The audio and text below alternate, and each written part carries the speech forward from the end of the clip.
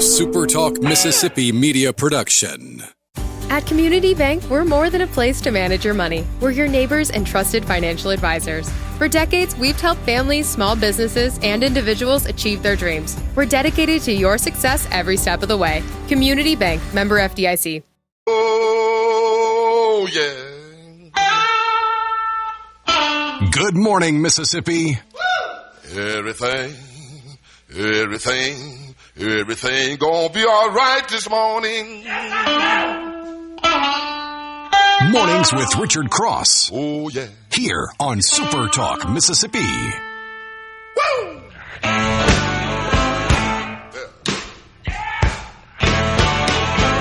Now, when I was a young boy, at the age of 5, my mother said I was gonna be the greatest man alive. But now I'm a man.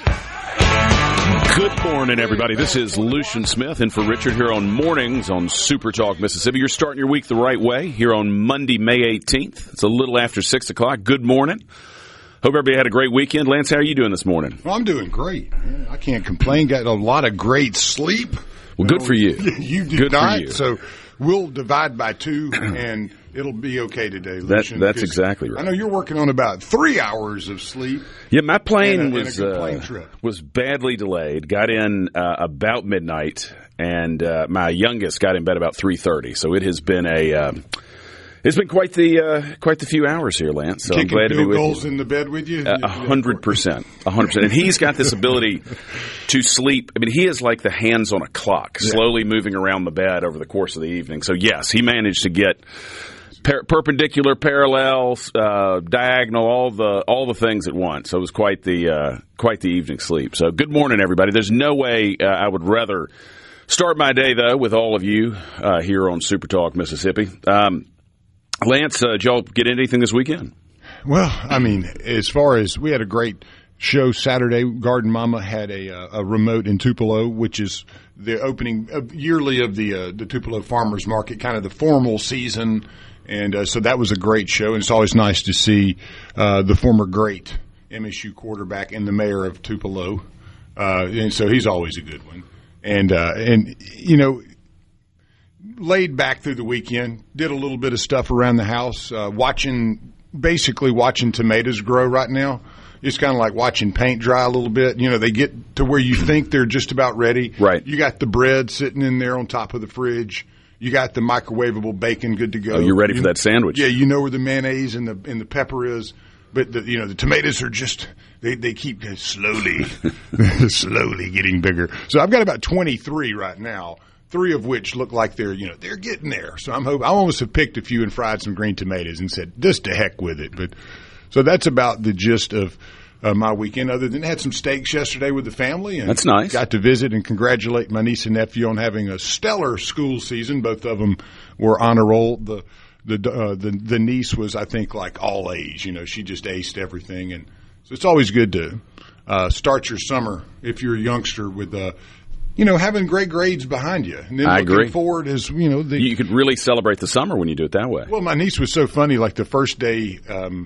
She had a select soccer game. It was more of the Future Stars for MAIS, and they played over at JA. And I remember visiting with her right after. I said, what do you got planned for the summer? Because that was pretty much the last thing. She goes, I'm laying out tomorrow. I'm doing this. I'm doing that. And she's like 14. I mean, she had a whole laundry list of to-dos for the day after, being off school and off sports for 2 weeks. So. That's the difference between, I feel like, being that age and being this age. If I've got a day off like that, I'm doing nothing. Yeah, that is the goal. The activity list is sleep. Now, my nephew, the exact opposite. You just didn't see him, basically. He goes and gets in the room, has the nice game room up there. Got the iPad and the games and everything. Back. He doesn't want to go anywhere when it's time to relax. So it's so funny that, two from the same mother and father have such different personalities in that regard. But, that's true. But no, it was a wonderful weekend to get to hang with family. They went over and did some weed eating for Dad yesterday. And, that's about it. We're ready to go today, though, man. Another day, another dollar. Lance, I'll tell you one of the great mysteries. Those of you who watch us on the C-Spire television can see parts of the studio, but what you can't see is we've got 2 giant television monitors in here, one of which shows the live feed from C-Spire, and the other one lets us watch the news. So if they're breaking news events, you got a sense of it happening. But the great mystery of Monday mornings to me is, if I come in here on a Tuesday or a Wednesday, tends to be on Fox Business, maybe CNN, but for some reason we always have storage wars on Monday. So I feel like I'm monitoring storage wars for all of you at home. I think it's like a default, I'm not sure what it's ever programmed. I'm always on this side of it. Yeah. So you should have no idea what y'all watching there. Every day I come in and thinking, I don't think I'm going to see any breaking news on the A&E channel this morning. Probably not. I mean, there could be, some raid on a storage facility and they found a bunch of people living there or something like that, making meth or whatever it may be. It is always entertaining. You ever watch that show? I have. It sucks you in. I can't. I don't allow myself to get too deep into many, repeat shows, unless it's like, Family Guy or American Dad, the cartoon political satire stuff. I like that a little bit more than.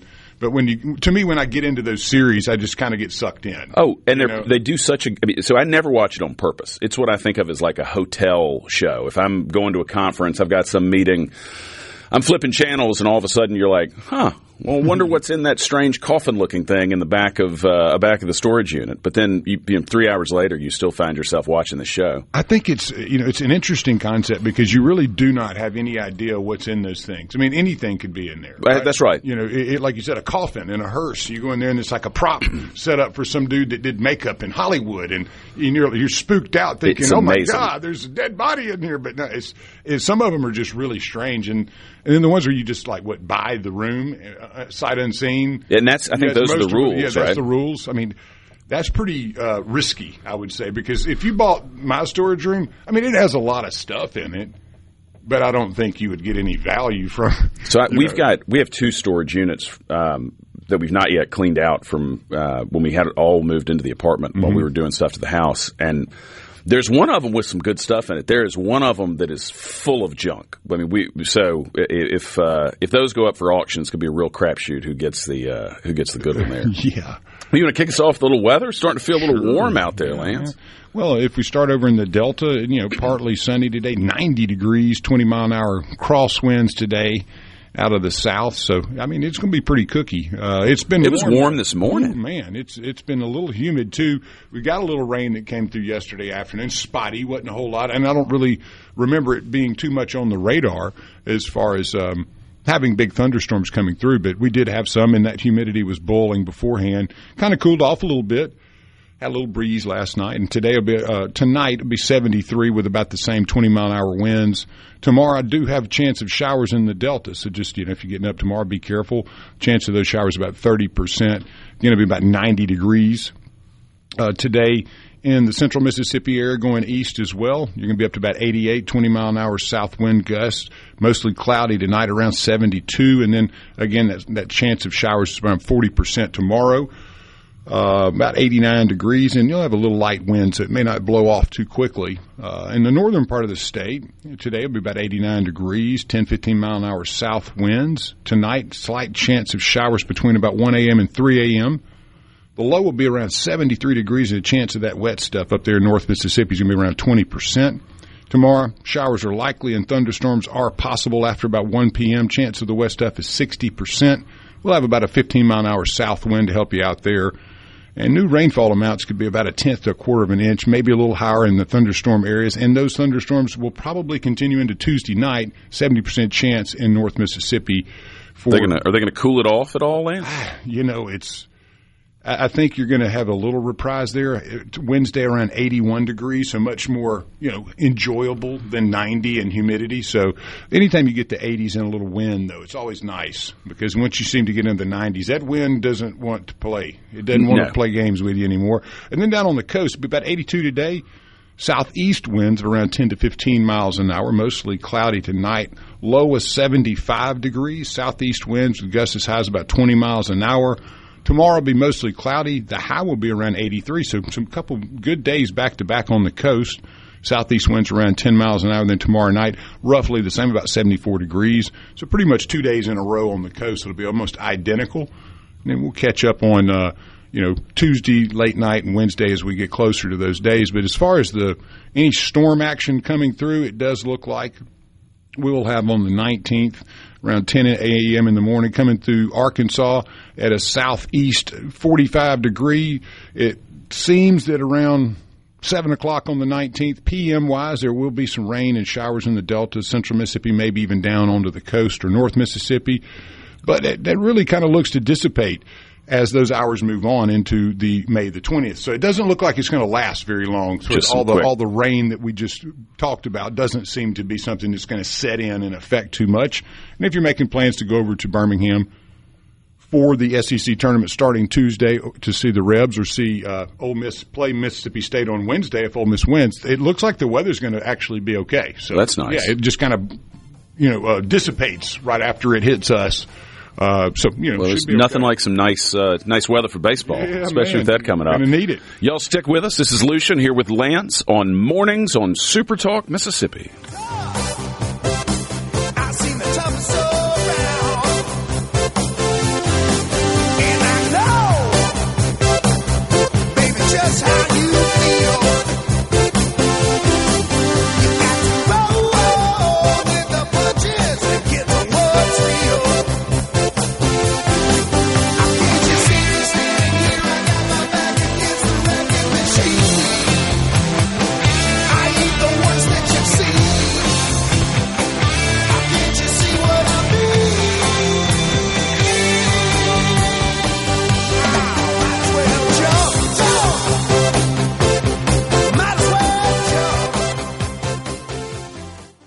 Good morning from the Venable. Morning, partner. The sun is up, the coffee is on, and you're starting your day right. Mornings with Richard Cross here on Super Talk Mississippi.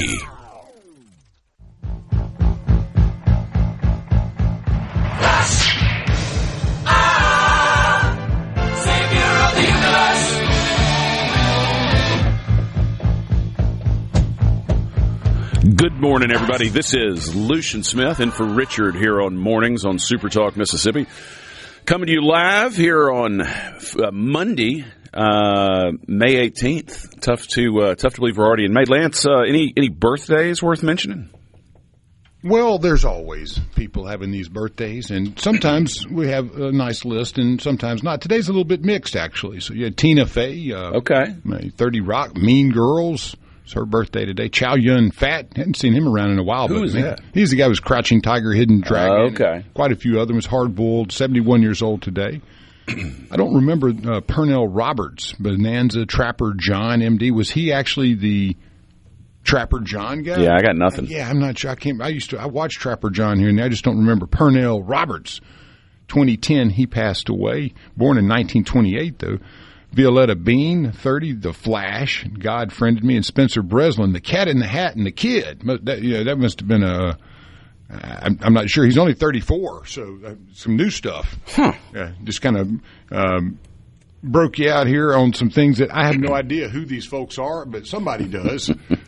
And George Strait, 74 years old today. You can check yes or no. That's a notable birthday right there. Amarillo by Morning. One of my favorites is Amarillo by Morning. I remember hearing that the first time, being like, man, this is good stuff. Who's this guy? Oh, yeah, George Strait.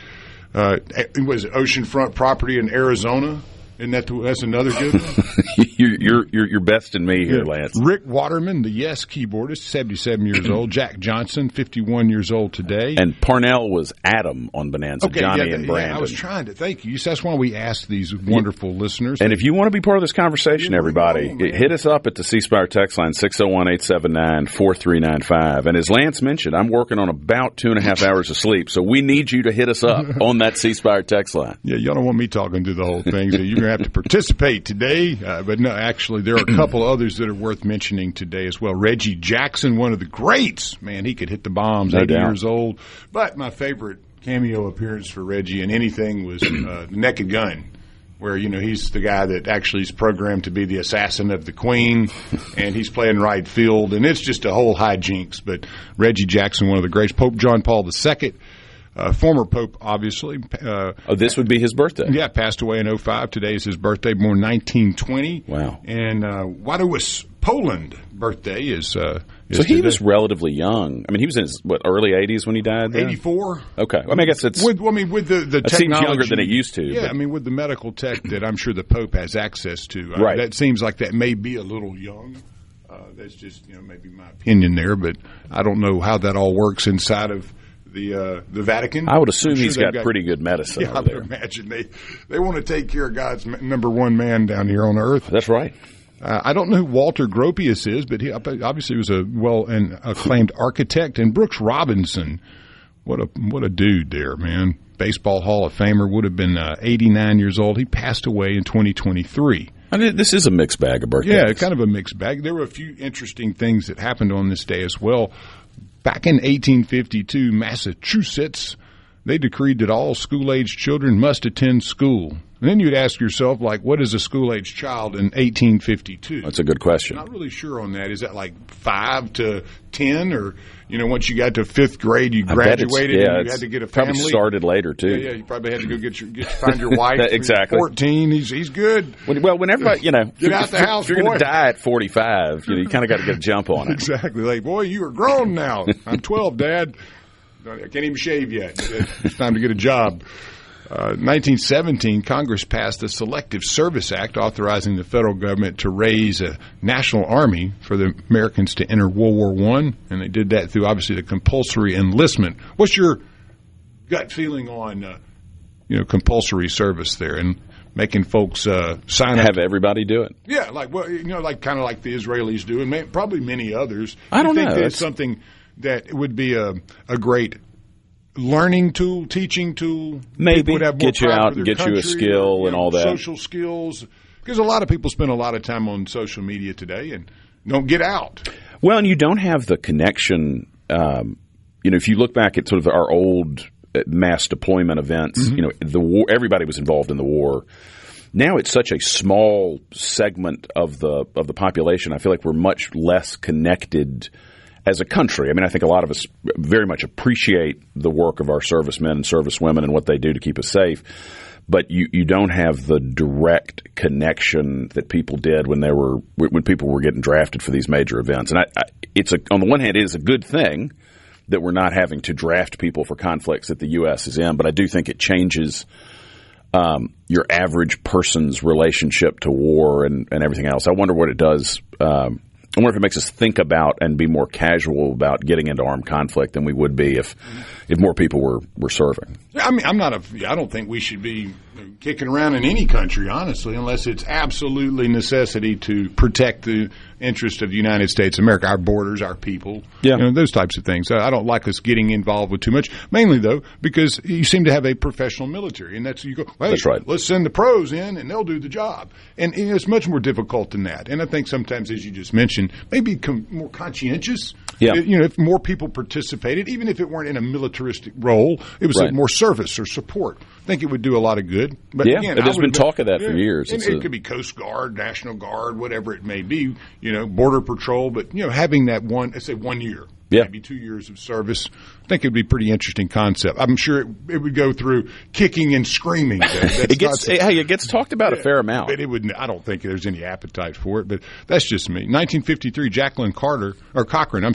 she became the first woman to break the sound barrier. She piloted a North American F-86 Canadian over Rogers Dry Lake in California. Can you imagine, though, going that fast where you hear the boom and and it's not your plane. Right. It's the sound barrier. I mean, have you ever heard that? You ever heard a plane bust through? I don't think so. Yeah. I haven't either. That'd be something cool to see. Yeah, sure would. I'd love to actually be in a plane and do that.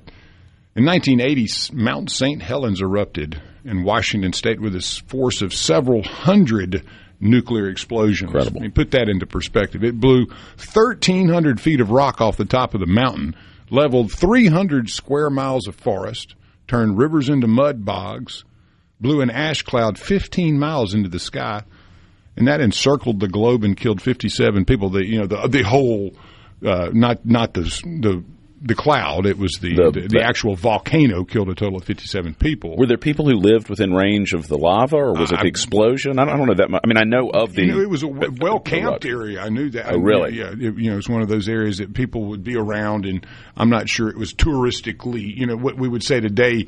Everything's built up, but it was much more. 1970s, 80s folks going out and getting out in the woods, and I think there were some cabins and things from my understanding of it. But yeah, blowing up 1,300 feet of rock off the top of the mountain. Wow. I mean, to be in that vicinity, you're not going to survive that. The eruption was one, and only the one significant I'd say the biggest one in the United States in all 48. So there may have been, obviously in Hawaii, there have been some big volcanoes that exploded. But I think the biggest one since or before Mount St. Helens was the eruption of Lassen Peak in California in 1915. So that ought to tell. We don't get many volcanoes, but that one's the big one. Can you predict? I mean, can they tell were wrong when it's on coming? This one, if I remember. Okay. They thought that it was just kind of smoldering and stuff, and then all of a sudden it went got boom. angry. I could be wrong, but I think that it wasn't necessarily, they weren't thinking this thing was about to blow yet. We've gotten a lot better, I believe, since then, and reading these babies. But it was a volcano. I mean, think about the helicopters are flying around it, looking into this thing, and going, God, I hope it doesn't blow while I'm up here. My uncle was in the Army, was stationed in Naples, Italy, and I got to go visit him when I was a kid, and we went to see Pompeii, and it, got covered by lava, and it's you cannot imagine exactly. You just all of a sudden you're walking down the street, and the next thing you know, the sky is raining down on you. Eating a good Italian sandwich, and it's over. That's right. That's exactly right. Somebody had a slice of pizza just as the thing blew. The last thing I'll mention on this day, because I'm sure that a lot of people do remember this, and I'm sure you do as well. Today, on this day in 1983, the U.S. Senate approved 76-18, a major revision to the nation's immigration laws that would give millions of illegal aliens already in the United States the opportunity to gain legal status under an amnesty program, and that's the one that most people refer to, Reagan's amnesty program. So, and it was supposed to settle it forever, was my understanding. That was it. They were never going to have this problem again, and then, that's not really how it worked. But that's just some of the interesting things that happened on this day in history. You did have a pretty significant move in the sports world on this day in 2014 as Adam Scott overtook Tiger Woods as the number one ranked golfer in the world. And really Tiger really never kind of got back into that. The issues, I think, started piling. Yeah. I'm right. But I you can tell there are a lot of demons frame. right there. Yeah. Y'all stick with us. We'll have sports coming up after this. This is Lucien Smith in for Richard here on Mornings on SuperTalk Mississippi.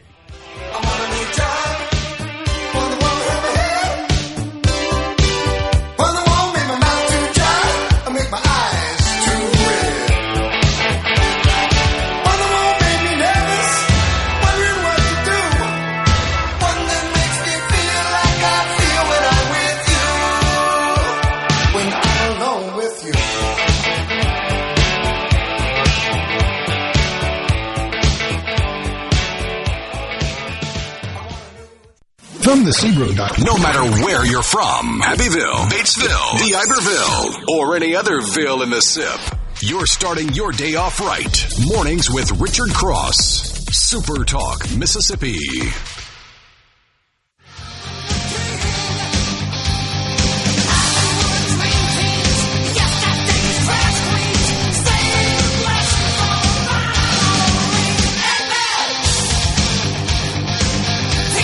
Good morning, everybody. This is Lucien Smith, and for Richard here on Mornings on SuperTalk Mississippi.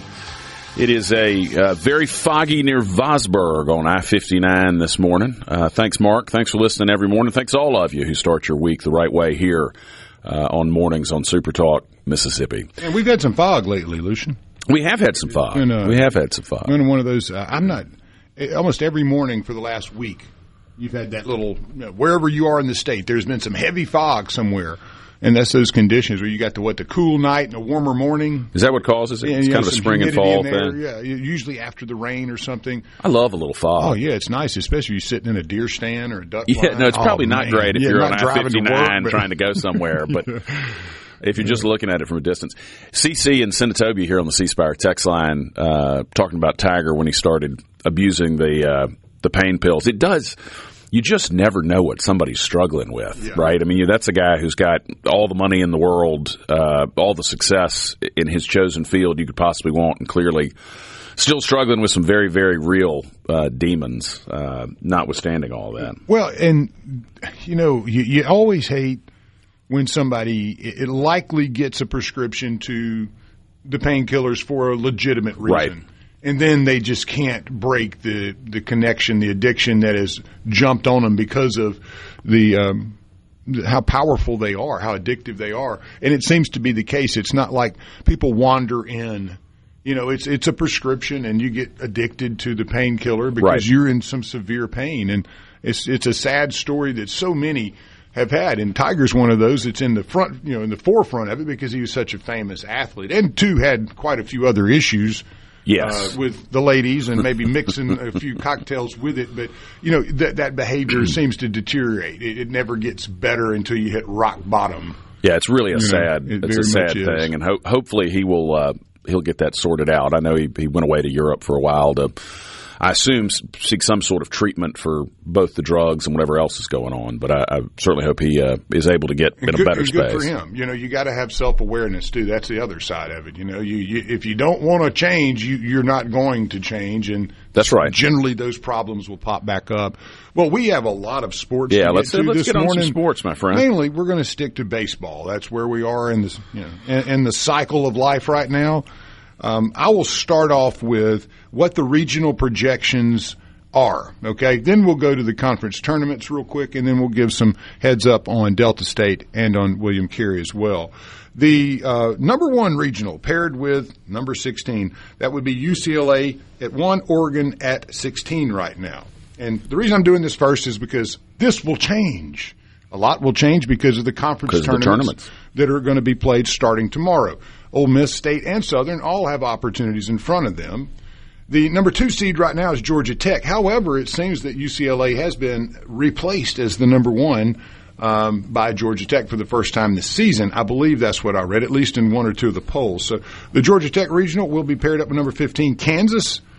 And then you got the Athens region with Georgia at number 3. That will be paired up with Corvallis, Oregon, Oregon State Beavers at 14. That's the one Ole Miss is projected to go to as the number 2 seed.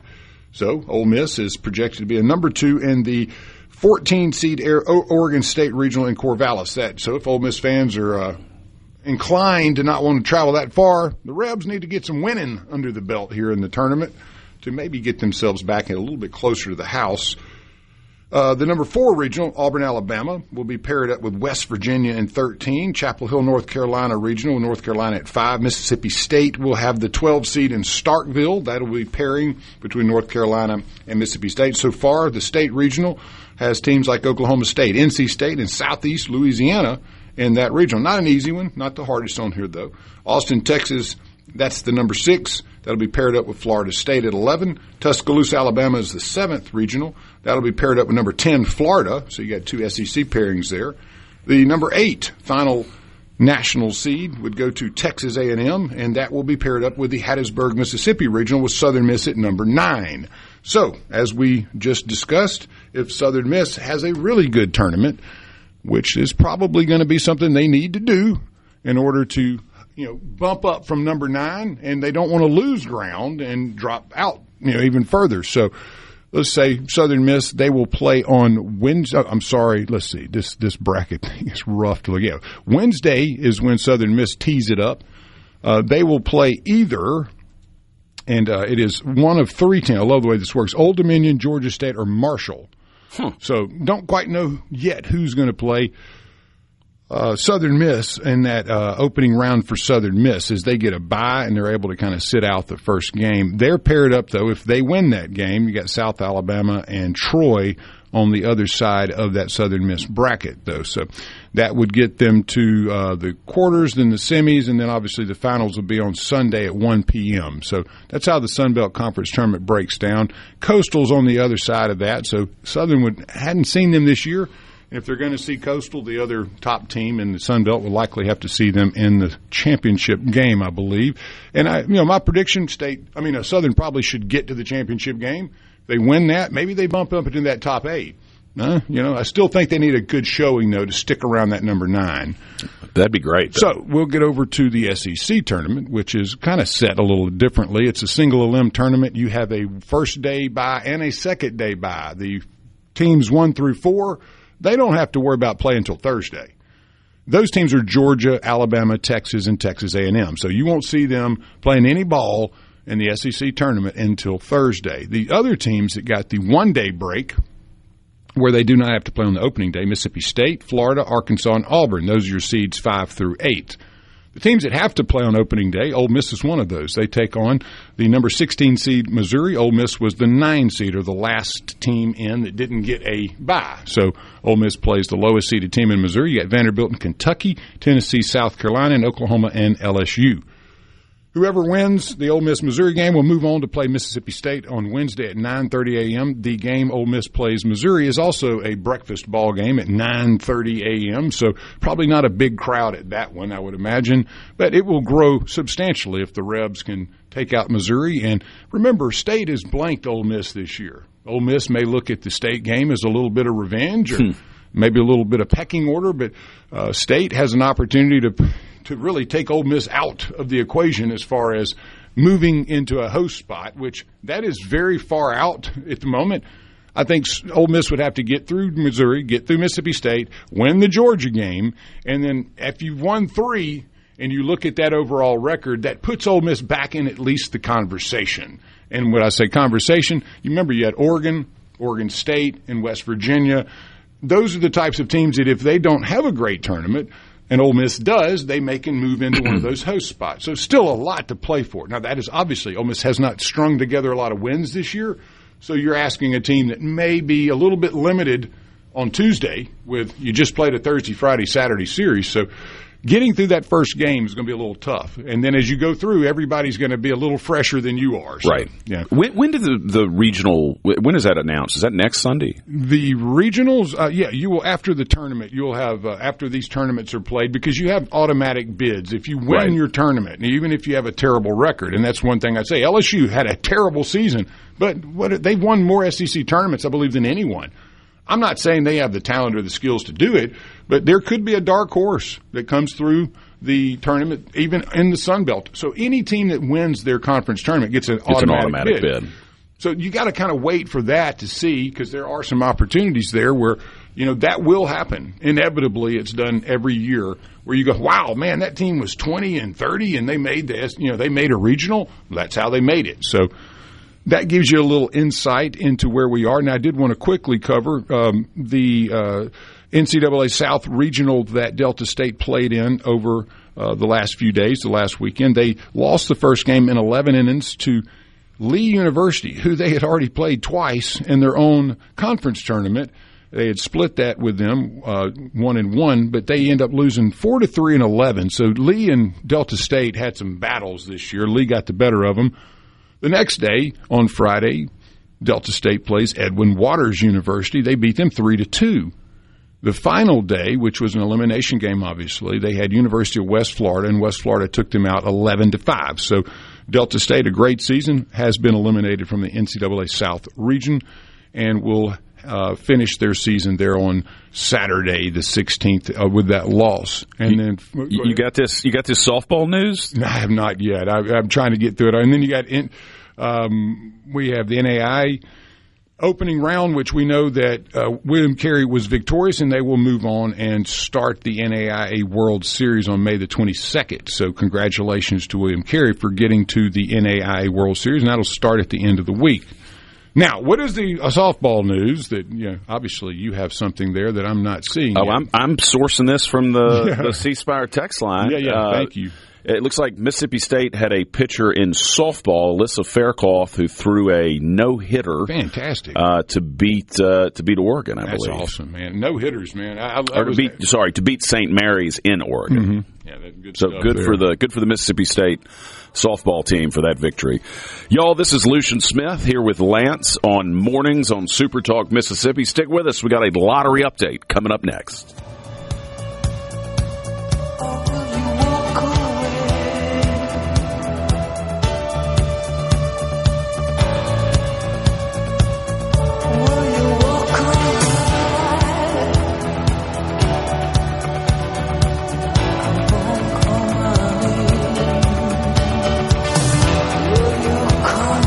Good morning from the Venable.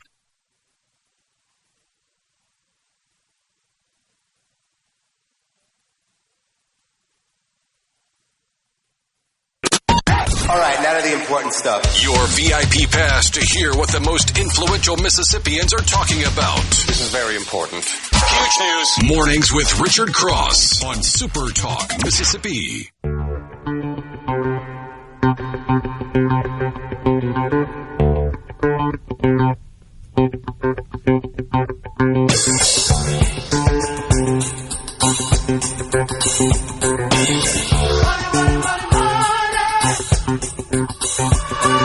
Well, it's time for your Mississippi Lottery Update, brought to you by the Mississippi Lottery Corporation. Lotto America had no jackpot winner. The jackpot for tonight is a cool $26 million with a cash value of just over $11 million. The numbers from Saturday were 1, 4, 24, 31, and 46 with a star ball of 2 and an all-star bonus multiplier of 3. Powerball has an estimated jackpot for tonight of $100 million. That's got a cash value of just under 44. The numbers from Saturday, May 16th, were 8, 37, 40, 44, 65. The Powerball was 18. The Power Play multiplier was 3. Mega Millions, also no jackpot winner. The estimated jackpot for Tuesday, May 12th, is $277 million. The numbers from Friday, May 8th, were 17, 23, 25, 52, and 61 with a mega ball of 3. Millionaire for Life had no millionaire winner. The numbers from last night's drawing were 11, 23, 41, 45, 55, and the millionaire ball was 1. Mississippi Match 5 has a jackpot tonight of $575,000, and the numbers from last night's drawing were 6, 19, 20, 21, and 35. A few people, tonight's Lotto America jackpot is the third largest in the game's history at an estimated $26.73 million with an estimated cash value of $11.73 million. Lotto America tickets are only $1 with the option to add the $1 All-Star bonus to multiply your non-jackpot winning prize, or Easy Match for another $1 for a chance to win instantly. Get your tickets at your nearest retailer for tonight's drawing. You can check winning numbers or see if your ticket is a winner by downloading the Mississippi Lottery's official app. Well, a Louisville woman won $1,350 on a cash 4 ticket she bought in South Haven at a Sunlight Express. A Gulfport woman won $25,000 on 5 tickets from Clark Oil number 19 in Gulfport. A Tupelo man won $2,500 on a cash pop ticket from Love's Travel Stop number 398 in Tupelo. A Starkville man won $5,000 on a ticket from Murphy Oil USA, 7808 in Starkville.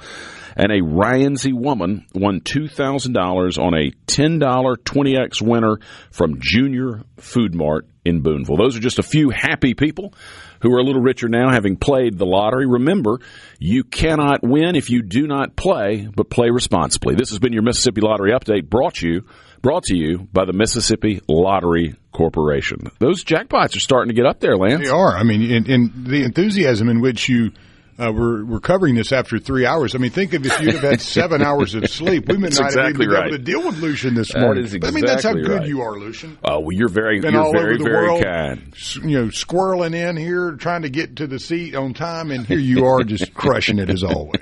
Well, you're very kind to say that. Well, William from McLean on the C Spire text line complains that I sort of soft-sold some of Tiger Woods' problems. What I meant, the stuff. You're a lawyer. You have to. The other stuff he had had going on, I wasn't talking about his diner issues. I meant whatever is in his heart that is causing him to do all of this, which is, ultimately something that also probably needs treatment and prayer and help. So that's what I was thinking there. Well, it wasn't that he didn't have air conditioning or education or any of those things. He just may have had a little wild hair in him, and just kind of it just builds and grows as success. It happens. Yes, you see that happen a lot in the athletic world, and you see it in the rock and roll and musician world. It seems you get a lot of money young and a lot of clout, and that can cloud your vision a bit. Well, it also, to me, shows you, if you, and I don't have no idea. I've never met Tiger Woods. I don't know what's going on in his mind, but it's such a great reminder that if you're looking for happiness outside of yourself and in the material world, like that, none of that's ever really going to nourish you. That you gotta, it's friends and family and God. That's where you find real fulfillment, not trying to fill a hole somewhere in your heart with things. And it, anyhow, it just shows you people can have everything in the world and still have very, very real problems. As a guy that played sports, and again, this is not in any way taking up for or anything like that, but playing sports through, say, college, and those that go on and do make a living at it, it is such a time-consuming endeavor. It does affect your life with family because you're on the road so much. I'm sure. There's so much focus that goes into being on when people are eyeballing you, when all the cameras are there, and taking the criticism, taking the heat when you don't play well. I have a lot of sympathy for and also respect for those athletes that that make it work, and because it is not an easy road. That's a great point. But again, they welcome that. That's the job they've chosen. But there is a lot of weight that comes with it as well. Yeah, a lot of eyes. That's a lot of judging eyes. That is a great observation, Lance. Y'all, this is Lucien Smith here with Lance on Mornings on SuperTalk Mississippi. Stick with us for more after this. Coming up next is Fox News, followed by SuperTalk Mississippi News.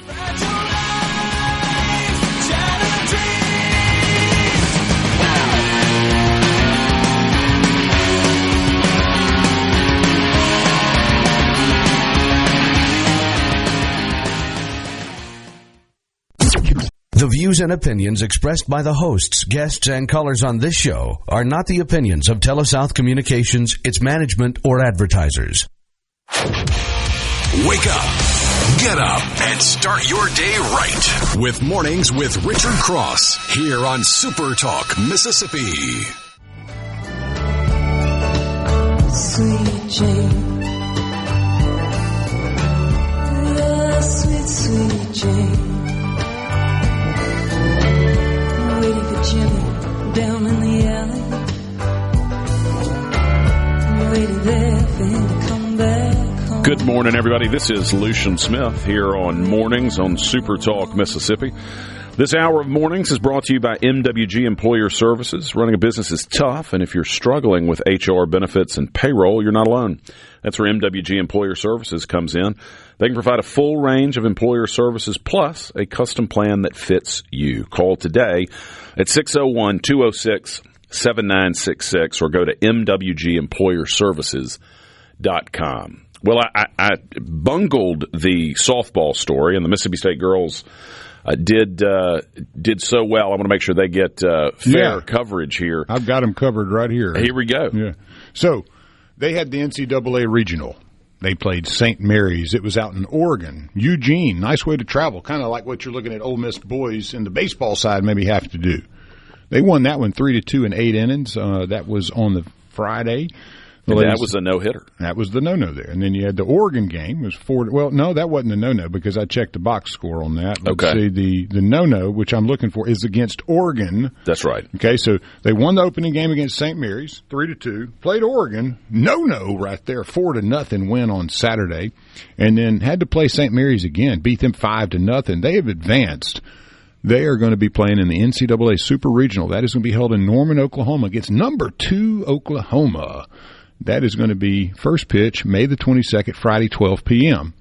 So congratulations to the Lady Dogs on making it to the Super. I know Ole Miss had a storied season and, just didn't get it done in the finals. Lost to Texas Tech twice, 10-9 in the final in 8, and then they lost 14-2 on Sunday to get eliminated. So that catches us up. And thanks for the heads up on the no-no there, because we had so much baseball to cover, it's hard to get to everything. And absolutely, people get on to us about doing too much sports. But again, last thing I want to mention here, Ole Miss men's golf team. They are in their regional as well. And if y'all know where Bermuda Run Country Club is, it sounds amazing. So I don't know if any of y'all have ever played that, but they will be teeing off today. Today is the 18th, right? That's right. Yeah, so we got tee off, 6:30 a.m. That'll be Meister. At 6:41, Trolio will be teeing off, 6:52, Trolio, 7:05, Tankersley. And Fisher will tee off at 7:14. So I don't know how, that all works where this is, but obviously they're probably somewhere where the sun is up. Pretty well. It's probably 6:30 right. is not nighttime somewhere. But at any rate, they've had a great season as well. So they're just trying to get everything covered here as we have all the super regionals, tournament play, and also, regional play for the men's golf team, who's had a great. I'll say the Trolio name around here growing up was a pretty big name. VJ Trolio, he was kind of a legend in his own right. About my age, maybe a year or two younger or older, I can't remember. But he had this little place out from McLaurin High School, and it was a little driving range kind of par 3 type place.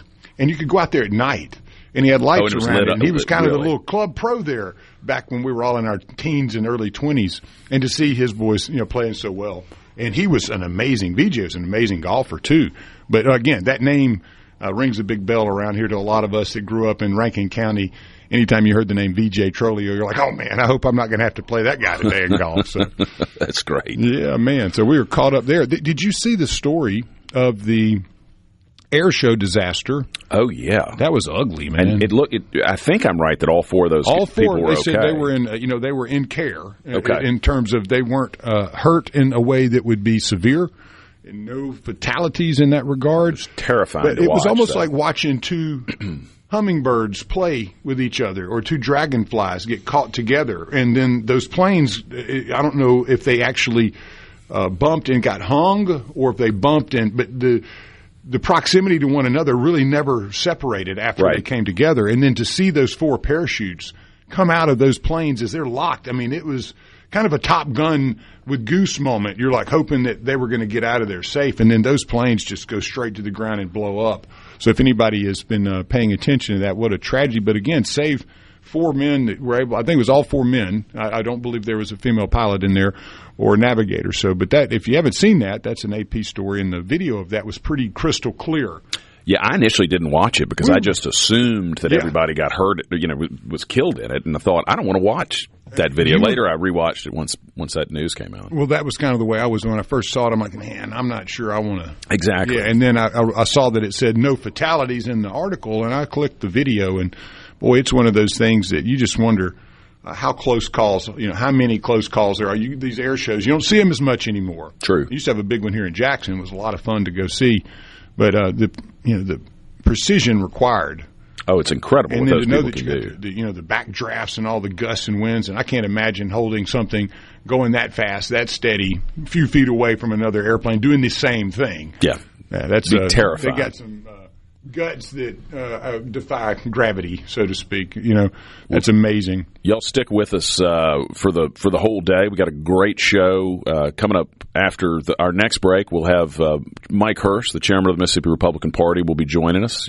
As you know, Lance, you were here for it. The governor made a little bit of news last week, canceling the special session that would have happened this week. Yep. And we'll get an opportunity to talk a little with Chairman Hurst about that, what he's thinking, and obviously we're in the middle of the 26 election cycle, midterm elections. All of our congressmen are up for election. Look like they're going to be competing in the districts that were originally drawn, not in new ones. But so it'll be a good conversation with him. Well, we had that conversation about a week or so ago last time you were here. That's right. Has anything changed in your mind nationally with the redistricting? Do you think Mississippi's done the right thing here by kind of not worrying about it this go around? Do you think there's room to do that before the 28, if that's going to happen? I mean, what is your gut feeling on all the redistricting and maybe how that's going to affect the Novembers?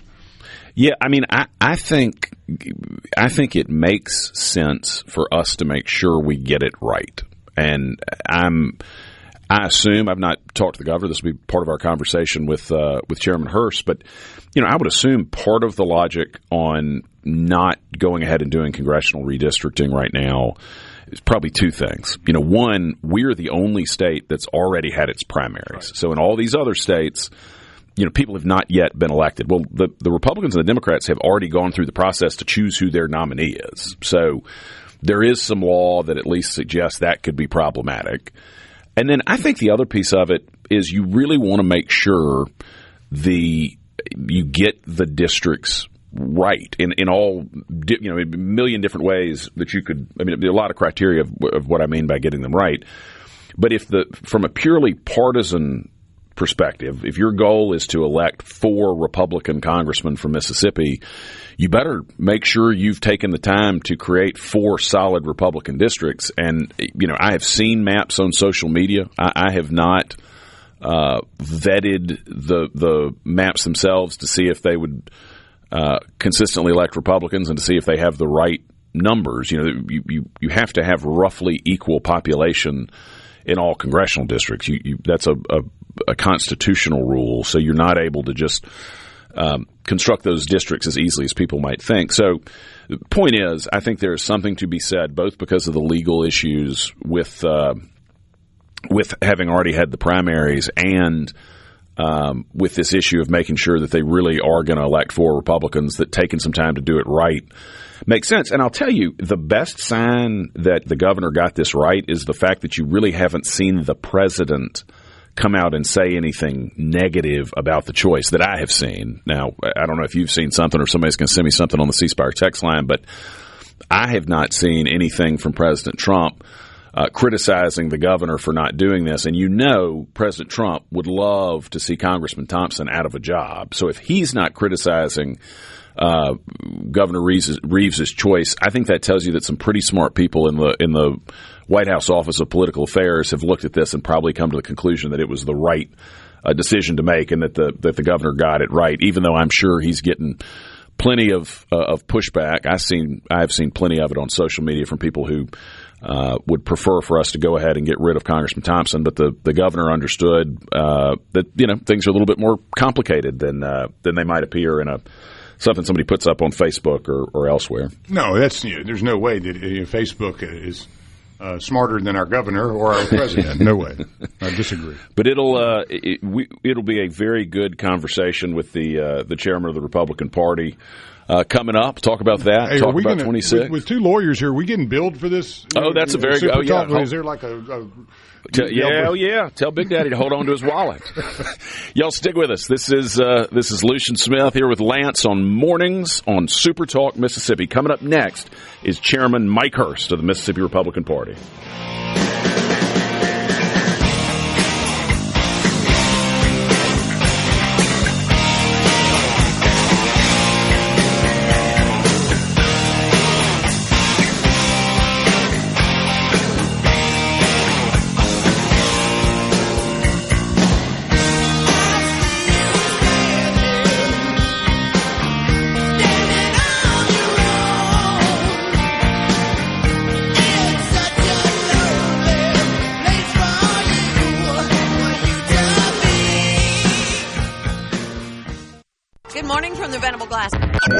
You're waking up to what's happening. Mornings with Richard Cross. Right now on Super Talk, Mississippi.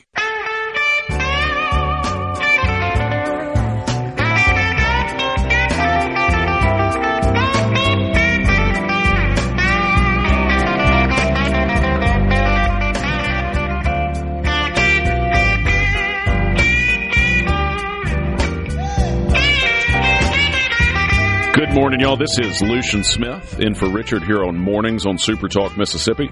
Mornings with Richard Cross is presented by Community Bank, rooted in our community, communitybank.net. At Community Bank, we're more than just a place to manage your money. We're your neighbors, your partners, and your trusted financial advisors. For decades, we've been rooted in our community, helping families, small businesses, and individuals achieve their dreams. Whether it's opening your first savings account, planning for a brighter future, or growing your business, we're here every step of the way. We're dedicated to our customers, committed to your success, and always here when you need us. Community Bank, rooted in our community, member FDIC. Well, with us in studio is the chairman of the Mississippi Republican Party, Mike Hurst. How you doing, Mr. Chairman? Good morning, Lucien. Great to be here, buddy. Hey, thank you for taking the time to be here. I know you've got your full-time job that pays you, your full-time job as chairman that doesn't, and I think another job with the RNC that probably also doesn't pay you anything. No, it's a blessing. It's a blessing. So everything's good. Well, how are things at the party right now? We're rocking and rolling. We're getting ready for a big statewide gala that we're putting on, the 2026 Lincoln Reagan Trump Gala. So we're getting we got a very exciting special guest speaker. I can't tell your audience yet who that is, but it's going to be a huge event here in Jackson area. Do we have a location yet for it? Or? Yeah, it's out at the Sheridan in Flowood. That's great. Yep. And if people want to go get tickets for that, where can they do it? Just reach out to us at the state party, msgop.org, and we'll set you up. That's awesome. That's very exciting.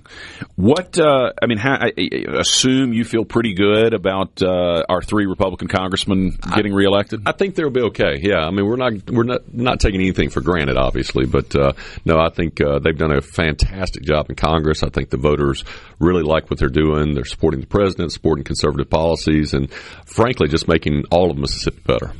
What about in the Senate race? I mean, obviously, Cindy Hyde-Smith's got an opponent. Yeah, she does, and he's loud, and he's obnoxious, and, he's supported by out-of-state interests like George Soros and Chuck Schumer and all the typical progressives from the left. But I think Senator Hyde-Smith will do well in that race. What I will tell your listeners is as Republicans, we can't sit back and just take it for granted.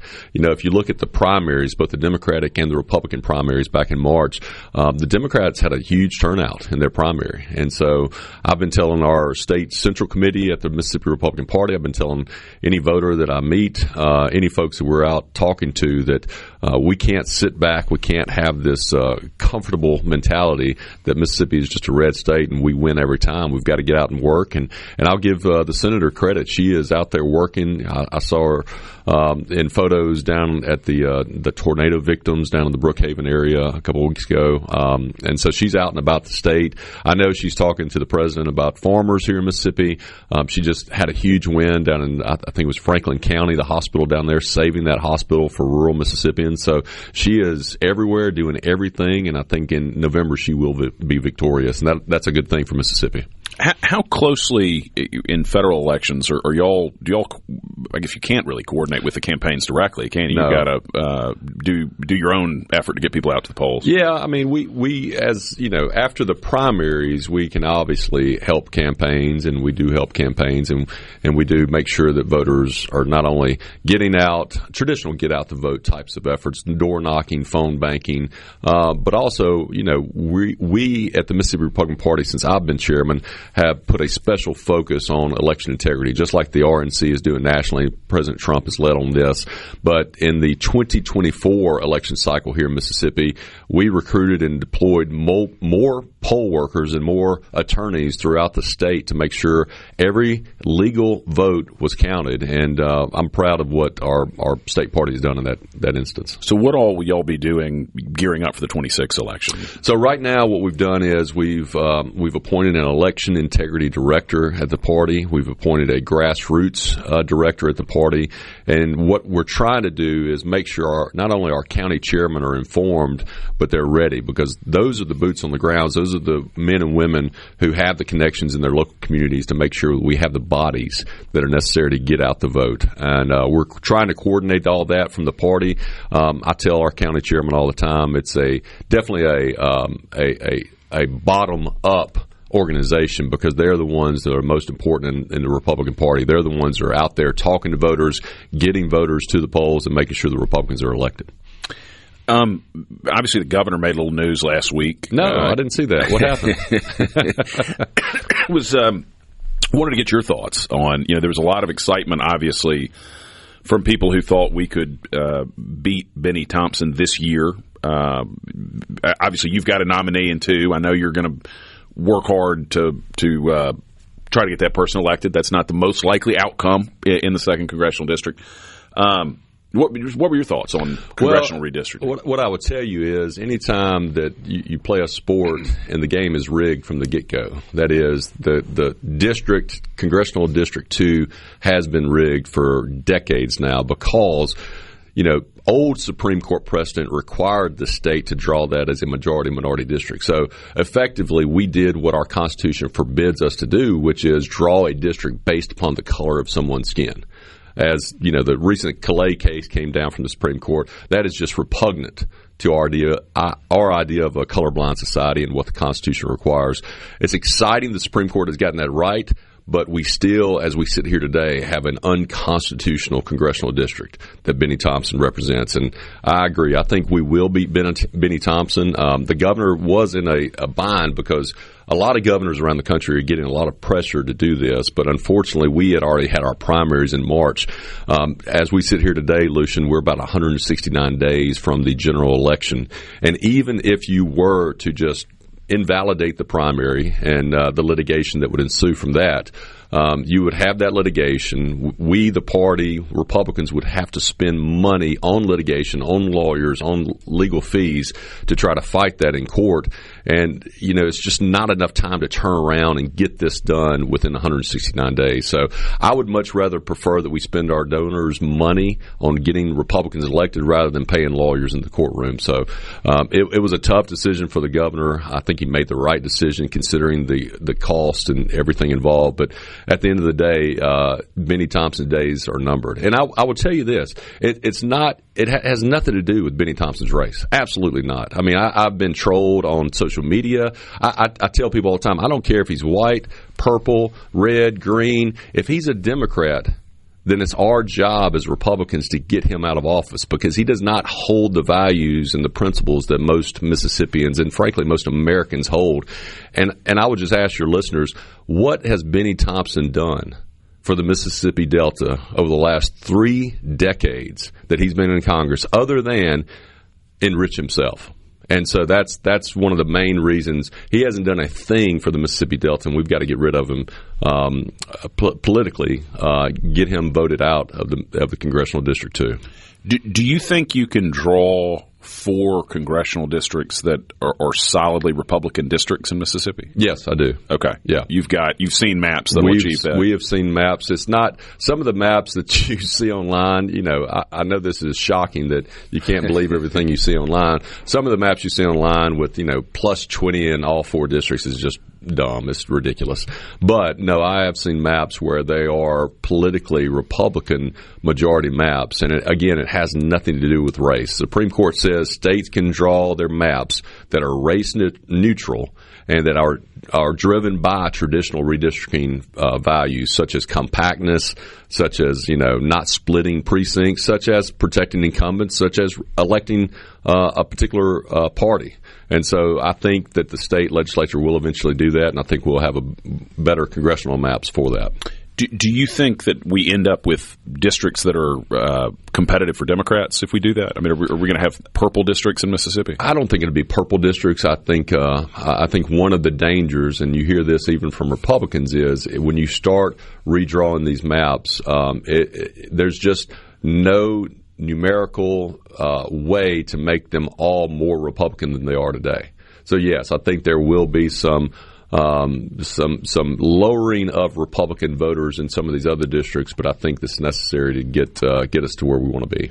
But you still think they will be 4 winnable districts, even if 1 or 2 of them end up being a little more competitive? I do, and I know some Republicans don't necessarily believe that, but I've looked at some of the numbers, and it looks pretty compelling to me that it will be 4 congressional districts that will be more likely to elect Republicans than not. Yeah, that makes a lot of sense. And I do think that's one way Mississippi was different than some of these other states. We had already had primaries. The other states have not yet had primaries, and we were unique that way. And you know, I've talked to others about this. There's actually, I haven't seen any legal precedent against invalidating the primaries, but I haven't seen any for invalidating the primaries.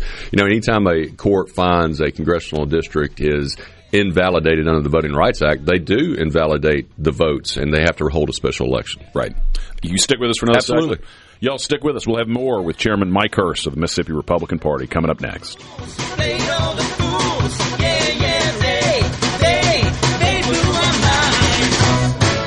I was shaking at the knees. Could I come again, please? Yeah, the ladies were too kind. you been? Thunderstruck. Thunderstruck. Thunderstruck. Thunderstruck.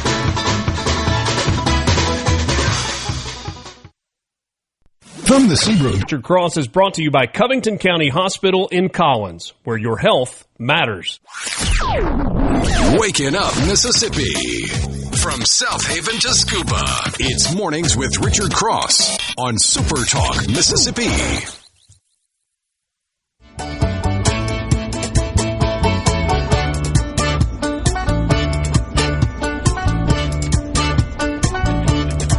Tailored suits, Schaumburg cars, fine hotels, and big cigars. Good morning, y'all. This is Lucien Smith in for Richard here on Mornings on SuperTalk Mississippi. Have with us still Mike Hurst, chairman of the Mississippi Republican Party. Josh from Amory on the C-Spire text line says, I thought the special session was for Supreme Court districts. And Josh, you're right. It was for Supreme Court districts, but there was talk of expanding it to include congressional districts. And so that's where that was coming from. And he canceled the special session altogether. But we were talking about this a little bit off the air, Mike. Tell us a little bit about what happened in Virginia, because it does, to me, show how sometimes the game really does seem to be rigged. The Democrats are the ones who are doing it. Yeah, so maybe your listeners don't know, but I was recently elected general counsel of the Republican National Committee, and so we had a number of lawsuits in that Virginia referendum. And basically what the Democrats in Virginia tried to do was they tried to change the constitutional process of redistricting in Virginia. But in order to do that, their constitution requires a multi-step, multi-year process to actually change their constitution. And it requires the General Assembly to propose a constitutional amendment and then have a general election on those legislators and then come back the next year in that General Assembly and actually pass the constitutional amendment and then have a referendum on that constitutional amendment. But what the Democrats tried to do was in about a 5-month period compress all that, just stick it all together, try to pass it, and they did pass it. And the irony is here, we in the RNC were trying to stop the referendum from happening because they did not follow all these constitutional requirements. But the Democrats kept saying, no, you have to let it play out before it can happen. And they did that because they thought the referendum was going to pass, and if they lost in the courts, they could just run to the courts and say, oh, you're violating the will of the people. They have done this. No, you violated the law. And fortunately, the Virginia Supreme Court did the right thing. They looked at the Constitution. They looked at what it required. And they said, no, you guys in the legislature completely violated the Constitution of Virginia, and they threw it out. And for us at the RNC, yes, we litigated that. We had about 3 or 4 lawsuits regarding that. But at the end of the day, the Democrats blew. They wasted almost $70 million on that referendum trying to get it passed. And not even looking at the fact that their Democratic legislators, had just completely violated their state constitution.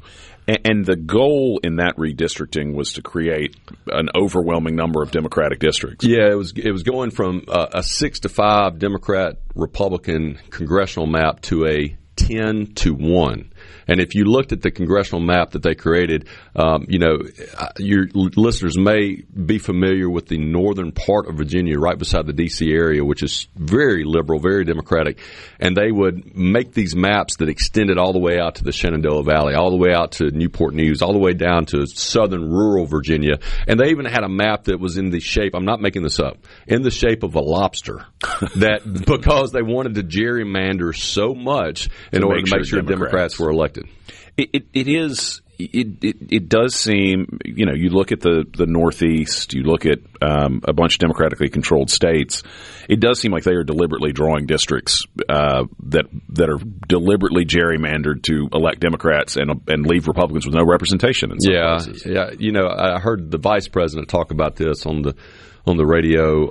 If you look at a state like Massachusetts, people think of Massachusetts deep blue. Well, actually, almost 40% of the voters in Massachusetts are Republican. Right. Yet they don't have one single Republican congressman or woman representing Massachusetts. So to say that we here in Mississippi are trying to, remap our state in the congressional side to make it more favorable to Republicans when we have about 40% Democrats voting. I mean, I don't know how the Democrats are going to argue that that Massachusetts has done it, but Mississippi cannot. Somebody, if you've got questions or comments for the chairman, send us a text at 601-879-4395 at the C Spire text line. One person on here asks, would you support some sort of nationwide ban on gerrymandering? And along those lines, Mike, I'm curious, is there a better system for drawing districts than having partisan legislatures come up with districts that benefit their party? Well, I think our democratic republic is set up this way, that we elect our representatives to represent our values, our principles. And I would remind your listeners, that's all that political parties are. We're just a group, if you will, or association of people, like-minded people who have come together and said, this is what we believe, this is what we want to fight for, and this is who we want to elect that reflect those values and principles. And that's all it is. And so even if you try to come up with another system, it's going to default to our human nature, which is to try to do what we believe is right, whether it's a Democrat belief or a Republican belief. And right now, I think our system is the best system that there is. Yeah, I don't think people necessarily realize how much. I mean, it's much more of an art than a science putting together districts. Oh, yeah. I mean, it's not obvious which county should go in which district. I mean, obviously, to your point, they've got to be contiguous, they've got to be compact, but there's nothing magical that tells you, well, you have to have DeSoto County has to be in this district or you're not. That's right. And I've heard people say, no, we just need to, divide the state up 4 ways just across geographically. And I'm like, that doesn't work. We have this principle, this constitutional principle that's called one person, one vote, and which means we have to have close to equal numbers of people in each district in order to be fair, so that one district doesn't have, 1 million people and another district has 250,000 people. That would not be one person, one vote. So we got to make it fair. Well, somebody on here, Joey the trucker on the C Spire text line, is asking why the Thompson district is so big, and that's the reason it's so big. Yeah. Is it's geographically large to get enough people that you've got that's equal exactly numbers. Right. The Delta is kind of rural, the Delta is rural and sparse, and you have to make these districts bigger in order to encompass the numbers of people. Remember, at the end of the day, it's about numbers. It's about having every person has one person, one vote, that we are equal in numbers or close to be equal in numbers, so that everybody has the equal representation in Congress.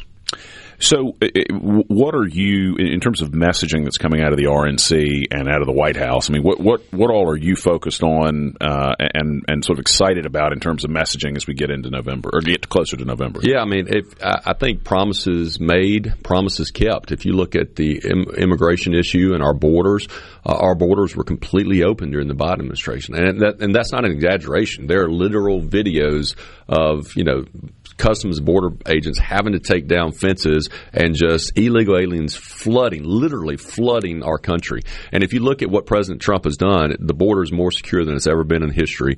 In this last year, there have been zero releases of illegal aliens into the United States. Wow. The number of border apprehensions by Customs Border Patrol has fallen to about 94% lower than what it was during the Biden administration. Because people just aren't coming. Yeah, they're not coming because, hey, I got a crazy idea, Lucien. We're going to enforce our freaking laws. And so people aren't going to come and just, think they can waltz into our country and take over our country, which is exactly what they were doing during the Biden administration.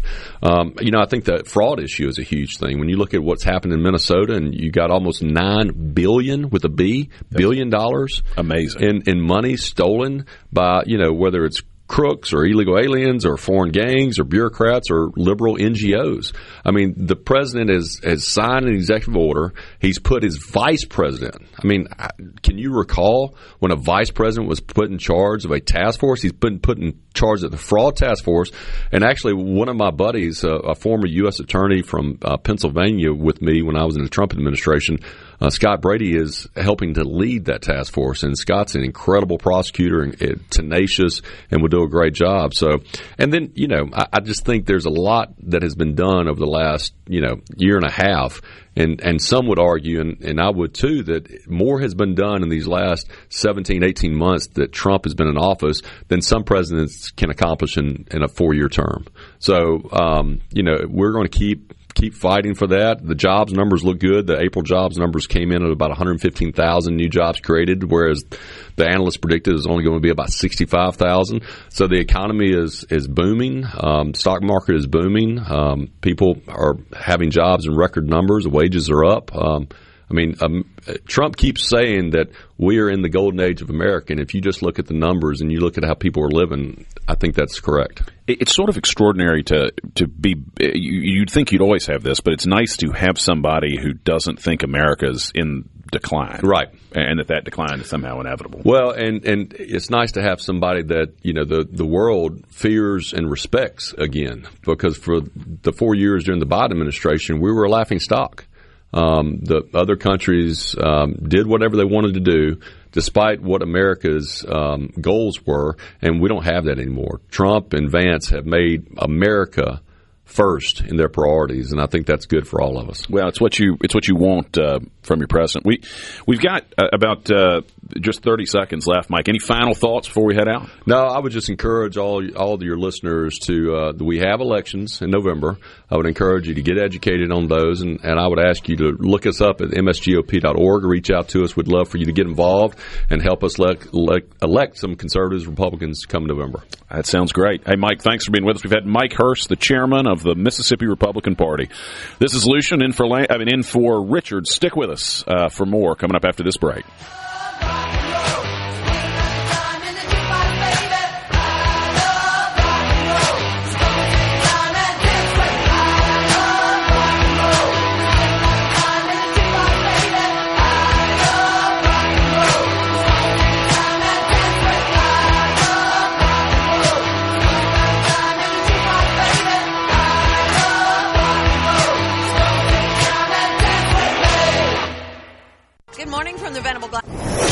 Want to know what's happening in Mississippi politics? Yes. You're in the right place. Mornings with Richard Cross on SuperTalk Mississippi.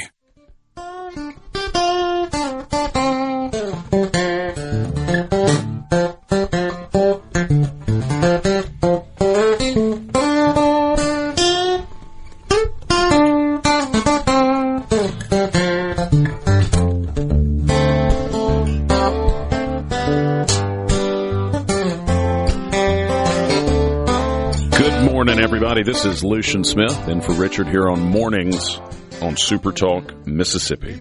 Mornings with Richard Cross is presented by Community Bank, rooted in our community, communitybank.net. Quick 2 hours, Lance. It feels like we just got here. It's already about to close out the 7 o'clock hour. That's the way it rolls around here, man. The fastest 3 hours in the business. That's exactly right. When you're good, too, like I am, it makes everything so easy. You've been killing it, my man. You've been killing it. Always. Always. It's a good conversation with Chairman Hurst. And I tell you, I really liked hearing that he believes we can draw 4 good districts, because that's been my biggest hesitation. I've not sat down and done the work to figure out whether I think we can or not. But I trust Mike and his team have looked at it, and if we can draw 4 districts that are likely to elect Republicans, then that's probably something that we ought to be doing in Mississippi. But he does make a very good point. We've had the primary. There's going to be litigation. And I heard, Secretary Watson made this point when he was on here. I mean, at the end of the day, a lot of work goes into running elections well. It's not like you just press a button at the Ladner building in Jackson and magically, all the ballots show up at all the polling places. I mean, it takes an incredible amount of work to get that all done correctly. And if this ends up getting stuck in litigation for weeks, you have the real potential for some problems. So even though I would rather we were changing it now, I understand why the governor made the decision that he did. Well, 2 points there. I've seen quite a few of the map drawings, and you're like, yeah, who knows if this is actually going to work or not. I've seen the horizontal ones. I've seen it done where it's, fairly representative of the 4 with the Delta kind of being sliced up in different places. The horizontal one is interesting because it does allow you to kind of get Tupelo in the north, Jackson in the central, Hattiesburg in the third, and then, say, the fourth being on the coast where you have population centers, all of them a little different. again, I'm anxious to see how it will unfold when it does. The other point I would like to make is that my family's been a owner of land in the Delta, the South Delta, for many years, since the 40s. I haven't seen a road paved. I haven't seen maybe 2 red lights put up. Not a lot goes on there. And I'm 51, and I can tell you that I've seen more buildings torn down in the Delta over that time period than I've seen buildings constructed. And I guess my question would be like, in 40 years, maybe 50, you would think that the Delta would have a little bit more going for it collectively, given the amount of resources, the richness of the land, and the ability to have unlimited space basically up against the river, where it just seems to me there should be more going on in the Delta. And that's not me being vested in any way, but just something I notice when I go through the Delta. It's like stuck in a time warp. And, it's time for new leadership there. And, again, I don't have a problem with any color people. Like Mike says, it's not about color. Nothing to do with race. It's about competency. It's about taking care of the people that need to be taken care of and those that have elected you to do that. And I just want to see progress. See progress in a place that has been stuck in zero and in neutral for so long. I agree. And, again, that's no offense to the many great people that live there. There are so many wonderful folks in the Delta, and they've made that their home for generations, too. Yeah, and I do wonder whether there's a better way to draw districts. I don't have the solution, right? And Chairman Hurst is right. They've got to be. There are rules that still apply. You have to. It has to be contiguous, right? You can't go grab precincts from all over the state. They need to be generally compact. But some states have independent commissions that draw their districts. And I wonder. I worry that they become independent in name only, and they really are. You end up with partisan people who are technically independent trying to achieve some partisan end. And so he may be right. The best system we've got is voting on the people who vote on these districts, so that they're responsive to the general public. But it is you do look at these maps of the Northeast where 40 some odd percentage of the people are voting Republican in presidential elections, and there's not a single congressman from Massachusetts or from Connecticut or, Illinois, I think, has 17 congressional districts. About 40+% of people in Illinois vote Republican in presidential elections. There are 3 Republican congressmen. Right. And so, the argument is an interesting one because these are things that have been going on for many years. It didn't just start yesterday, where Republicans, conservatives in many states have not had any real representation at all in Congress. And so you can see why there's an impetus here, especially in areas where you could do the redrawing, where there may be an opportunity, and you take advantage of that. It's not based on race. That's what you're pulling away from. It's based on party, political affiliation. And the law is crystal clear that if legislatures want to draw a district for partisan advantage, that is legal. So you're absolutely right. Y'all, this is Lucien Smith here with Lance on Mornings on SuperTalk Mississippi. We're coming up on a break. Stick with us for more after this. Coming up next is Fox News and SuperTalk Mississippi News.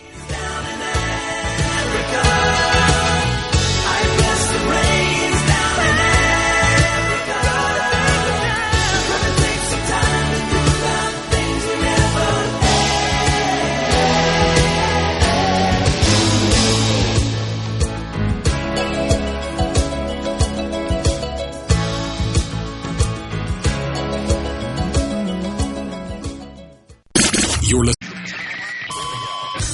Mornings with Richard Cross on Super Talk, Mississippi. Welcome to the show.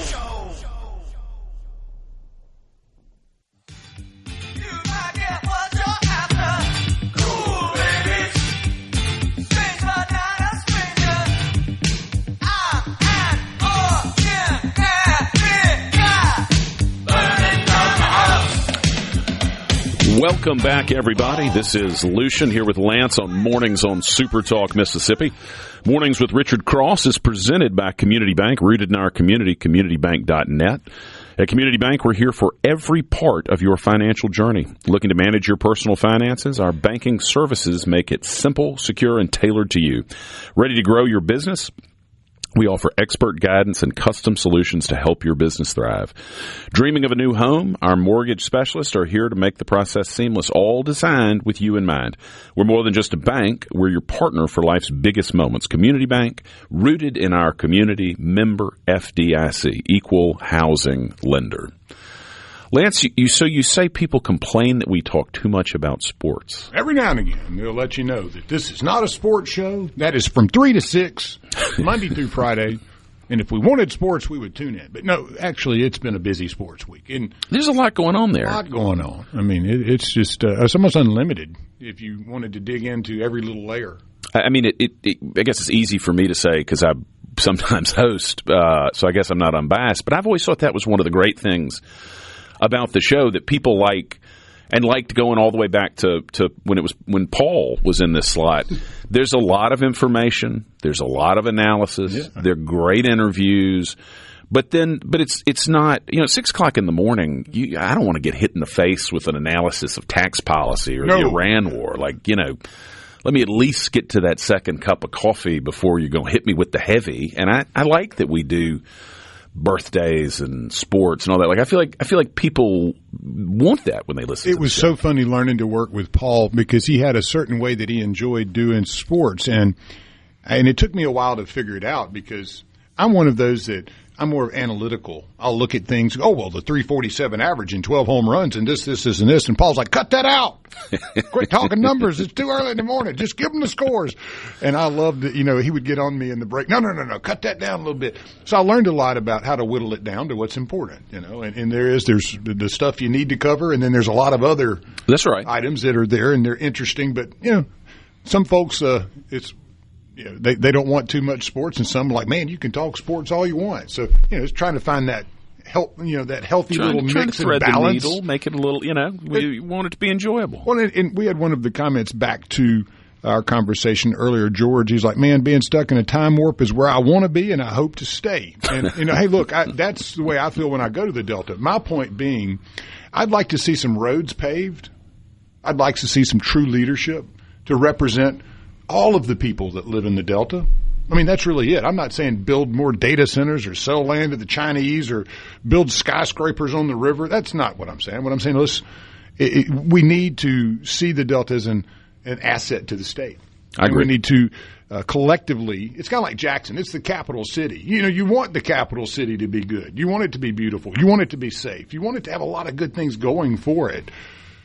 Ironically, though, there's a part of the capital city that has not, and it connects to the same district that we're talking about. And it just seems that there's almost like a wall of progress that is just keeping things out. And I would like to know your opinion as you're one that has traveled the state in the political arena. You know the people of the state of Mississippi, and you see some of these challenges. What do you see the future of the Delta looking like with good leadership? That's an interesting question, Lance, and I don't know the answer there. It's got such a unique character. I would think that it is always going to be a deeply agricultural region of the state, mm-hmm. both because of the soil and how it's already being used now. But you're absolutely right. There has not been progress while he has been in leadership over there, and I think it's good to hear that. That sounds like that's coming to a close relatively soon. Well, you have so many things like the history of the Delta to me is very unique. And, I like studying the history of Mississippi before we were a state. Before we were really even a territory, we were considered the southwest of the U.S., right? I mean, there were so many flags that flew over the state. You had the Spaniards, the French, the English. It's true. A lot of mix and stuff. And really Natchez was that kind of anchor. Nothing happened between Natchez and basically Georgia. Once you started kind of taming East Georgia from the creeks and, things started changing and Natchez became less of the whole anchor. But the thing that was interesting to me about the Delta was the Quagaltum. A lot of people don't know who they are. It's an Indian tribe that lived right along the river, really from a little north of Natchez all the way up to, say, about Marianna, Arkansas. And the story of Hernan Cortez and all that, that's one thing. But DeSoto's march through Mississippi is really interesting, especially as he dies on the other side of the river. and his his successor takes them on. But the history of that area, we don't hear about it much. There's just such a diverse Native American history, the mound builders and all that. And you go through the Delta, and you're like, where's the history? Why are we not? We got the Blues Trail, and I love that, and it's amazing. There's just so much more there that it seems like with great leadership, you may be able to highlight these things and bring tourism into these areas and even more study. And because this is such a unique place in our history and in this state that I think it's just missed sometimes. It's like, well, it's the Delta, and I hate that for it because you have so many great things. You got the museums and the music and the history of the agriculture and the food. And I mean, it's just a wonderful mix of people. But again, not talking about skyscrapers, talking about paving some roads. Yeah, no, that's right. The Delta's not going to turn into, Austin, Texas. But you're absolutely right. Bringing more people in there, taking advantage of such a unique, wonderful part of the state to bring in more, non-Mississippi and international dollars there would be a real win for the state. And I know there have been efforts to do that. It's something the state continues to try to promote to get people there. But you're absolutely right. It's a great place, and we need more people coming in. Yeah, I love my time there. I love the people, the food, the experiences. It's something it's in my blood. I'm born and was there.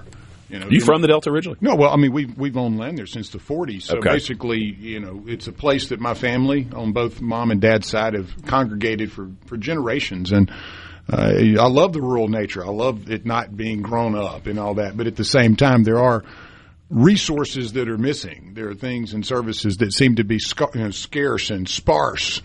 And what happened to Rolling Fork? It was really heartbreaking to me. That's a place I love to go. I love to go to the dairy bar and up there. Kachucks. Oh man, it's just So I love the historical side as well as some of the old buildings and things you'll see. Just the old gas stations and the old barns and silos and things that to me are historically significant to what we are here in Mississippi. And as the commissioner of Ag always says, Ag's the big dog here. No doubt about it. And it probably always will, you hope. Yeah, I think that's right, especially in the Delta. Now, before we go to break, I was kind of setting you up here. I know you saw or read the Trump comment regarding it's probably good to have these Chinese folks owning farmland in the United States. I did not see that. And so that was something that I know some of our listeners have had questions about quite a bit. But he made a comment the other day, I think it was Saturday, when asked about foreign ownership of land in the United States. He said, I think it's a good thing to have the Chinese here owning land, because if you don't, land prices are going to plummet. If you don't, this, that, and the other is going to happen. And same with the Chinese and other immigrants coming here for education. And so that was a point he makes, is that we really kind of depend on that money coming in. And if we were to pull it out, then we're going to see a deflation in certain asset classes. And I guess that would be my question. Do you feel that is a comment that's going to affect Trump in the long run and the MAGA mindset? Or do you think that is something where he is very calculative and going, hey, we can't just throw everybody out. We can't do everything we want because economically it's going to be problematic? Yeah, I can't imagine that comment really hurting Trump with his base, just because I think he is unique in you and I have talked about this before. He is relatively unique among politicians in that the base has such an affinity for him that he can get away with things that other politicians can't. Mm-hmm. But he is a deal guy, right? I mean, he is a real estate deal guy, and so I think it makes sense that his instinct is more people buying land, doing land deals is just an inherently good thing. It's not super shocking that that'd be his instinct, even though I think there are very real concerns about foreign ownership of land over here, and we know we can't trust the Chinese Communist Party. Sure, the balloon. Yes, exactly. In fact, when the president went over to China recently and met with their president, and they made everybody who went on the trip, nobody was allowed to take their phone. Right. And every piece of, every little souvenir, everything they'd been given, they had to throw away before they could get on Air Force One. They did. My understanding is the president didn't even eat food they cooked because they were worried about nanotechnology that the Chinese might put in there. So I think the concerns with those dudes, are real. man. Goodness. I mean, that's the way I feel. I think the Chinese concerns are extremely real. Yeah. And it's nice to see that we're actually preparing a little bit. Absolutely. You know, when you're going over there to say, hey, we can't. These are certain things that are off limits now. Yeah, I could not agree more. Y'all stick with us. This is Lucien here with Lance on Mornings on SuperTalk Mississippi. Why we should suffer for this? Don't bother trying to explain them. Just overheard all I've come to a decision on it.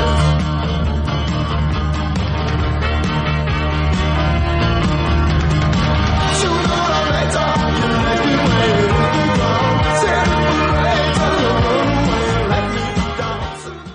From the Venable Glass Traffic. What's happening across your state?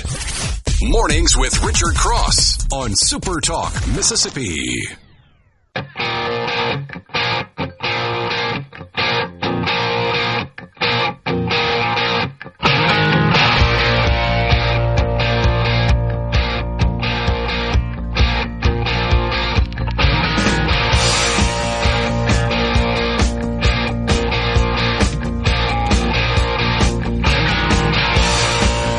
Good morning, everybody. This is Lucien here with Lance on Mornings on SuperTalk Mississippi. Remember, Mornings is presented by Community Bank, rooted in our community, communitybank.net. And if you want to be part of the conversation, send us a text at 601-879-4395. A few people had thoughts on the Chinese the foreign ownership of land in here, and you're right, it is going to be interesting to see politicians who, in a Republican primary in Mississippi, being affiliated with the president is a net positive. Right.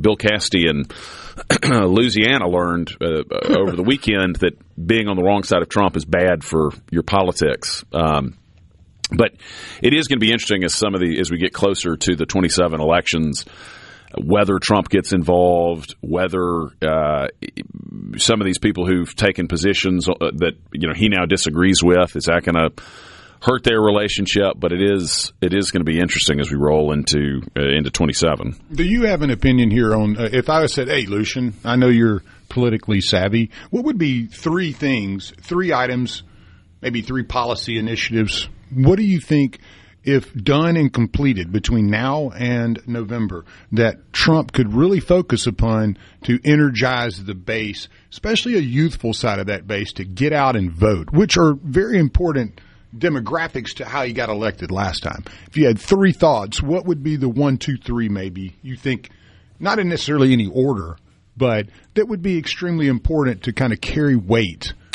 I think the biggest I think economics is the single biggest driver of voting behavior and people's general satisfaction with people who are in office. And so the Iran war is causing a lot of pain economically, with gas prices being so high and other things being so expensive as a result. And I think it is incumbent on the president to bring some sort of positive conclusion to Iran before November.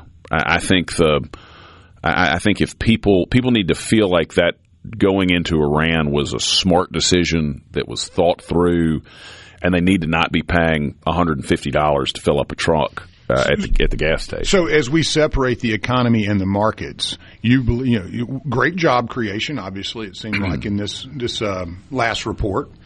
I think we were higher than the projections significantly. Right. So that's a good economic indicator.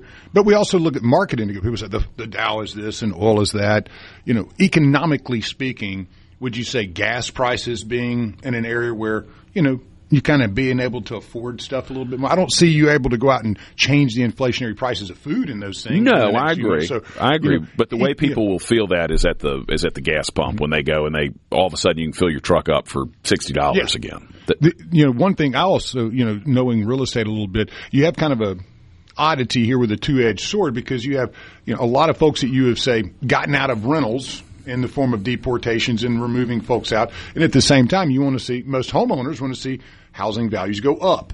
So when you have more supply, more homes, generally prices go down. Right. Do you find any risk there that there's any decrease in, say, valuations, like the hedge fund managers and these big guys that manage a lot of rentals out there. Do you really want rent rates to come down if you're at the top?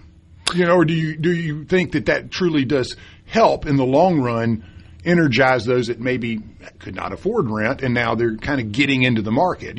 That's one of those weird ones to me. That's an interesting hard juggling thought, yeah. one. It's like juggling fiery bowling pins. Like, what's the right the right level of what you're looking for here? Do you need rent price to go down so people can afford it, or do you need rents to stay stable so the hedge funds and the managers are still cash flow positive on those things? Yeah, no, I think that's a good question. I think getting rents lower certainly has a positive effect on younger people because they're going to tend to be renters rather than homeowners. Right. But I do think there's a I think for most voters, the market's great, but it's going to be the real sort of dollars and cents in their weekly budget economic issues that are going to drive people. Well, and it made me think yesterday eating dinner with the family and having a steak, and my sister was explaining as they were kind of getting ready by the end of the week to go down to Seaside, and I think there's like 5 families, and all of them will go and. The kids and everything, but she was telling me the grocery bill that she went out on Publix, and did all the ordering of food for basically breakfasts and waters and stuff like that. And it was like around $800. And I about flipped out of the chair. And she's like, well, this is for, 6 families, basically breakfast, this, that, and the other. But, at the end of the day, grocery prices are pretty high. Food prices, you go out, it's almost as affordable to say eat at a fast food restaurant as it is to go to the grocery and, buy goods and prepare it yourself. Yeah, one of those things that always gets me a little bit with inflation is that, do you ever perceive that it can come back down? Once you've paid these prices outside of oil, they get pretty sticky. They get pretty sticky, don't they? Yeah. So, and we've seen inflation at a much higher rate over a collective 4 years under Biden. Right. We've seen it accelerate a little bit now because of the Iran war. But do you feel that if we were able to resolve this within the next few months, that certain things are going to start giving you some relief outside of oil? Yeah, I think certain things can get – I think there will be downward price pressure in some areas, but, you're mostly going to see the growth not – you're going to see the inflationary rate slow rather than have it be less expensive would be my guess. But it's not going to go negative, what you're saying. That's right. Yeah. That's right. And there may be some items where it'll get cheaper again, but for the most part, you're not going to see things – go in that direction. But, we're getting into the summer season. That's the thing to keep in mind. Driving time. People are fixing to get in those cars. They're going to drive to the beach. They're going to drive to the mountains. They're going to drive wherever they're going. With kids out of school, they're going to be driving to activities. And, oil prices, gas prices that hurt in April are going to start hurting something serious in May. And prices are up almost 60%, gas prices.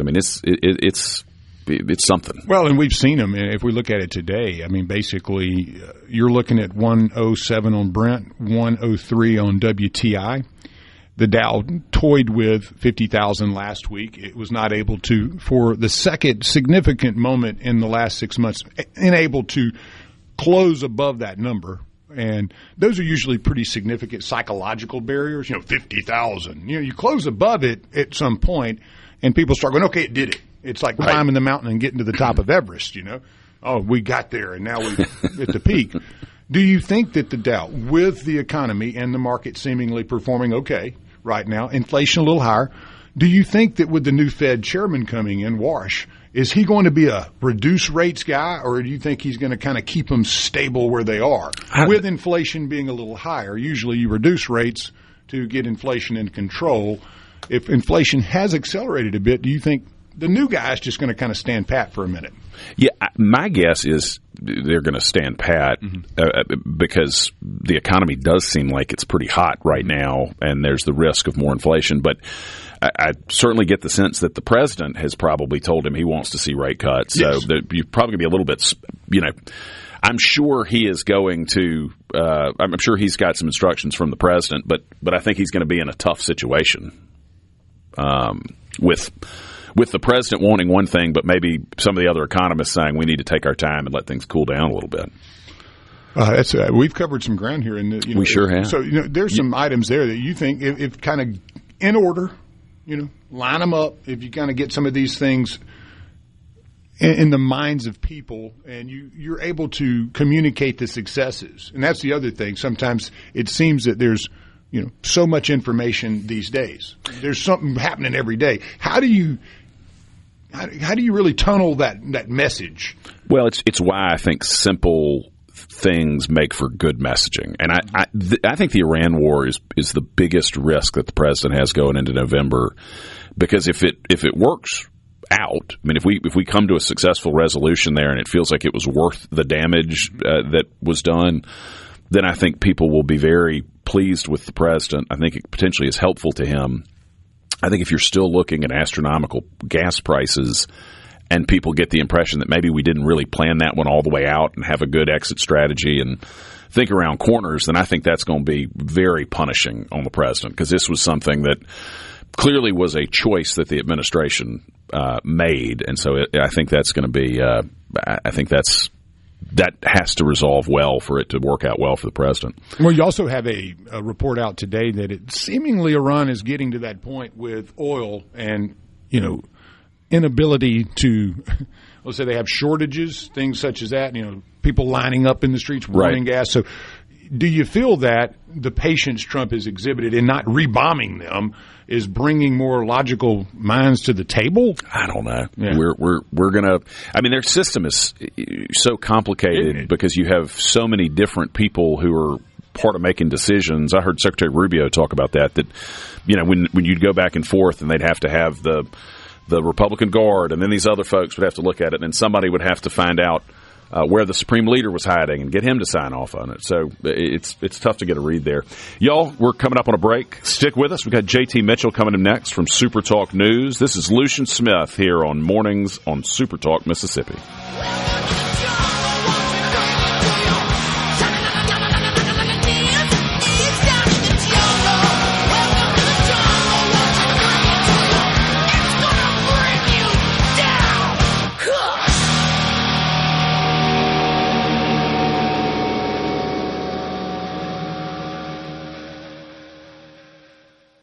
From the Seabrook, from the White House to your hometown, this is where you find out what's happening.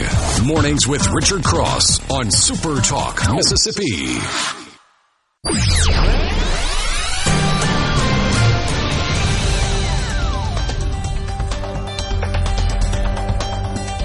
Welcome back. This is Lucien Smith here on Mornings on SuperTalk Mississippi. With us in studio is JT Mitchell, the news director, SuperTalk Mississippi News. JT, how you doing, bud?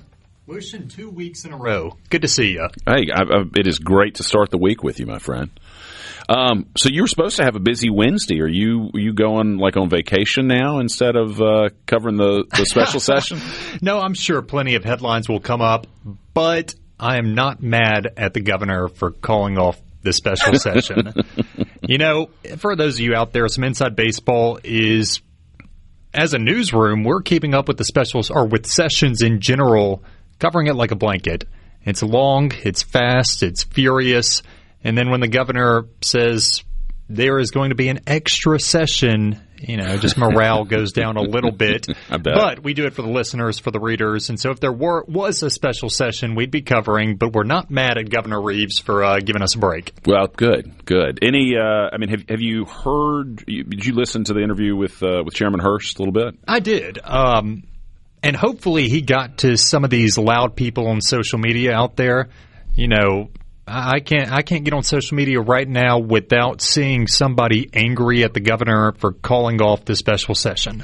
Nobody really cares about the state Supreme Court map. Reminder, that's what it was supposed to be about. That's right. They care about the congressional map. And there's a lot of loud Republicans out there who want it to be done by the end of this segment. Right. Mike Hurst, the GOP chair, who was on with you, and Governor Reeves seem to be on the same page that the timing is just impossible if you are a Republican. I mean, you are exactly 5 months and 2 weeks from November's general election. You know what you got to do? You have to get lawmakers back, get a map together you think would have 4 congressional seats, invalidate primary results, hold a new primary election, and get it all done while battling the inevitable litigation before November 3rd. It's pretty unrealistic if you look at it objectively. A lot of people don't see it that way, though. But Mike Hurst and Governor Reeves seem to be on the same page with that. I mean, even Michael Watson, our Secretary of State, is like, just don't do it right now. You know, there's no reason to rush it because you've already had primaries. The most telling thing to me about it is that, as far as I know, and if you've seen something different, tell me, JT, I mean, President Trump is pretty outspoken if he thinks you did something wrong. You know he does not like Congressman Thompson. If he thought the governor made a mistake, I think we would have seen some nasty Truth Social posts by now, wouldn't you think? He definitely would have Truth Socialed if that's the verb you're supposed to use. Okay. I mean, he would have. I have no doubt about that. And I also have no doubt that him and Reeves are talking. Right, exactly. I mean, and Governor Reeves talks more to the White House than most of these people out there complaining. That's just how it is. He's the governor of the state. And you see all these maps, these mock maps on social media. Both Governor Reeves and Mike Hurst mention them, where these national political, I don't even want to call them experts, commentators, put out these mock maps based on recent election results and say, here's how you do it, Mississippi. Well, these people have never stepped foot in this state. I mean, I saw one the other day where they split the coast in half. There's not a congressman that wants to represent half the coast. They want the whole coast because, you know, for example, they're focused on shipbuilding or military in D.C. Right. You now have to take two people to the meeting. There was another map that splits up Rankin County. I bet Rankin County Republicans don't want that to happen. And so this is going to have to be a calculated effort if Republicans want what they think is a 4-0 map. But there are still concerns that I'm hearing from lawmakers, politicos, that if you don't do it right, you still open up to a potential purple situation in a couple districts. And that would be the worst case scenario for Republicans. It would. Especially if you look at the DeSoto County area. I'm not predicting demographics, but it's only natural the closer you are to a major city, the bluer it might get. When you start distributing Democratic votes from District 2, especially up north, maybe toward the coast, what do you do with Jackson? I mean, there's a lot of questions. Right. This is one that taking some time to do it right makes sense. So, hey, he said 169 days. That's 5 months, 2 weeks. I don't think anybody in the world could probably get it right. Yeah. In that amount of time. Well, what else is going on around the state, JT? Well, it was you talk about getting a break. We did not get a break this weekend, and that's okay. We had lots of sports happening. I heard y'all are a sports show now. We are a sports show. The listeners That's right. want to know about sports. No, it was a big weekend. USM got the Sun Belt regular season title in baseball. Ole Miss and State did not win their series, but SEC tournament play begins this week. I heard you talking about Mississippi State softball heading to the Super Regional. That's a big deal. And then Ole Miss softball fell in the Lubbock Regional. Belhaven, the Belhaven women's softball team. Let's not forget about Belhaven. No, and they're great. Which we did not get to, JT. You're the one who's bringing this topic. Well done. 2 years ago, Belhaven was runner-up in the College World Series. They're trying to do it again. They won their own regional. It was here in Jackson. And now they'll get to host the Super Regional against Wisconsin Oshkosh this week, trying to make it back to the D3 World Series. So big weekend of sports. We did have some alleged crime we covered involving a state lawmaker. What happened there? Yeah, so, I mean, we're talking a lot about DeSoto County today. State Rep Jeff Hale, he got pulled over for speeding in DeSoto County by the Hernando Police Department over the weekend, and he was taken into custody and charged with DUI, excessive speeding, reckless driving, disorderly conduct, failure to comply. Doesn't look like a good situation on the surface level. Now, he did issue a statement saying that he wasn't drunk. He wasn't on drugs.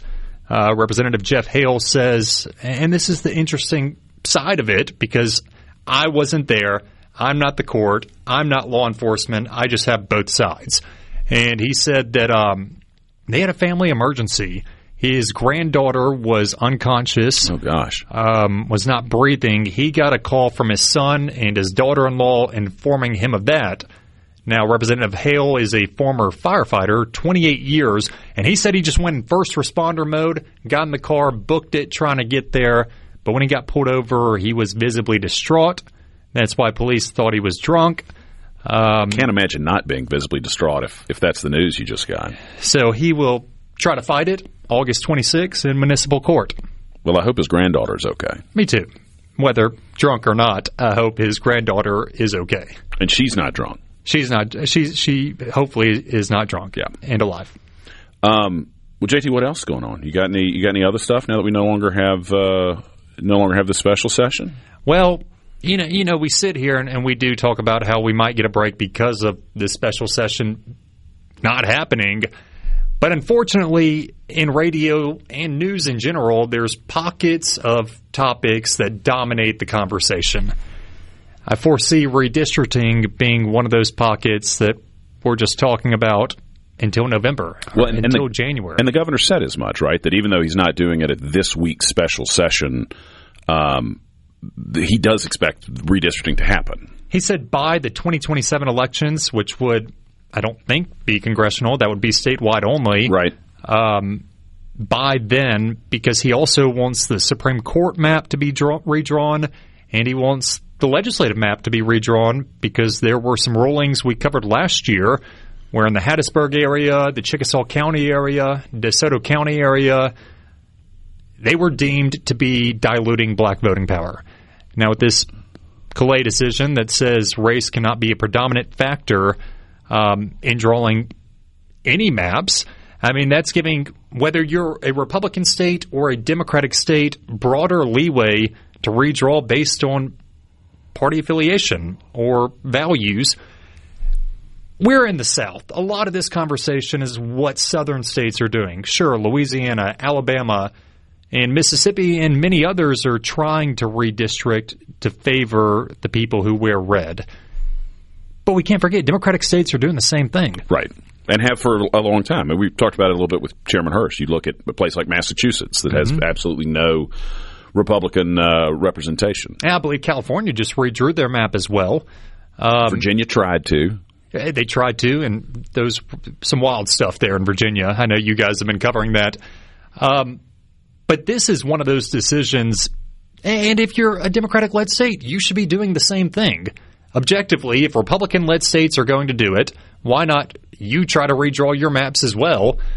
Because this is now the law of the land, right? This is what the Supreme Court put down. I hope at some point we can develop a better system than this sort of arms race about drawing the right number of districts for your partisan advantage. But I also think if the map is getting effectively rigged in Democratic states, then Republicans need to also do what they can so that they've got a fair shot at things. That's right. So we're covering a lot. The Jackson bribery trial, you can go find that story at supertalk.fm.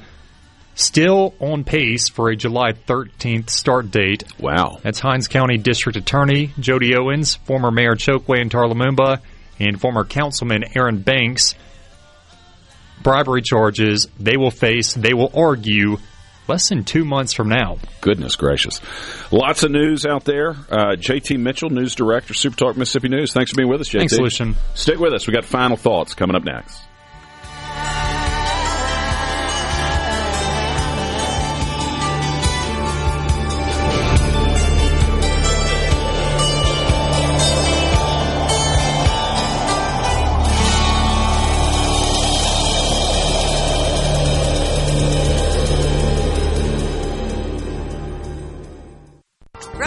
Your day right. Mornings with Richard Cross on Super Talk, Mississippi.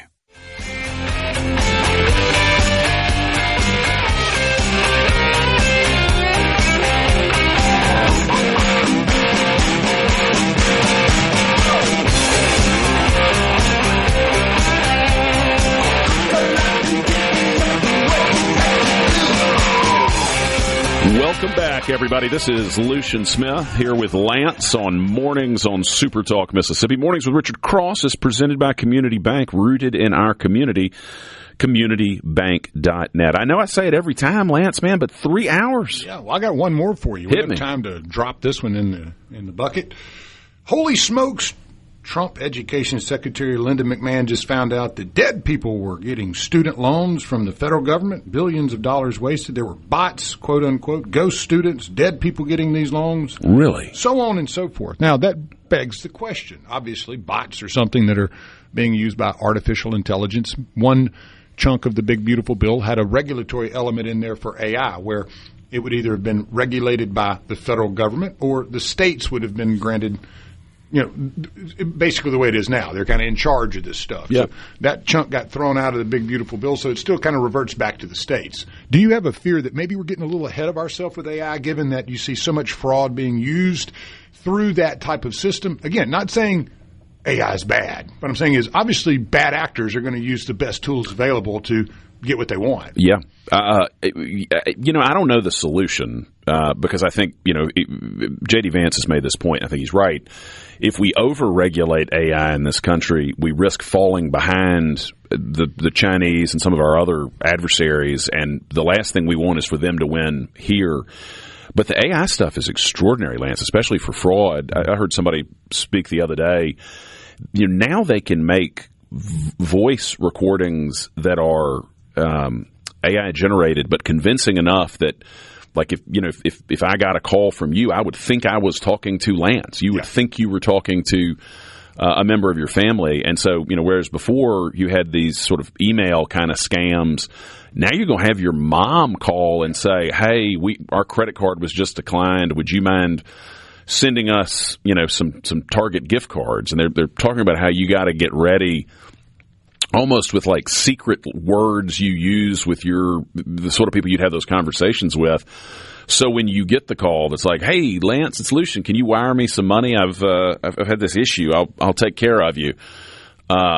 You've got somebody you're able to know, well, you're not really Lance. You're some sort of AI bot. But yeah, the scammers are going to use whatever technology they can get, and the AI just gets better and better. But it's scary, honestly. I mean, what it is capable of doing, I don't think people realize how transformational it already is and is going to be. That's it, isn't it? I mean, you have this mix of reality and fantasy. You have this mix of the true and the real that we're used to versus the automation and the social media world, where there's two things blending at a time in history where we've never seen something like this. I don't think. Maybe the industrial age, or you go back in time, the Bronze Age, when they learned how to do a couple things with tools. But this is one of those things that's going to be extremely impactful economically, socially, so on and so forth. So I guess that is kind of my question is,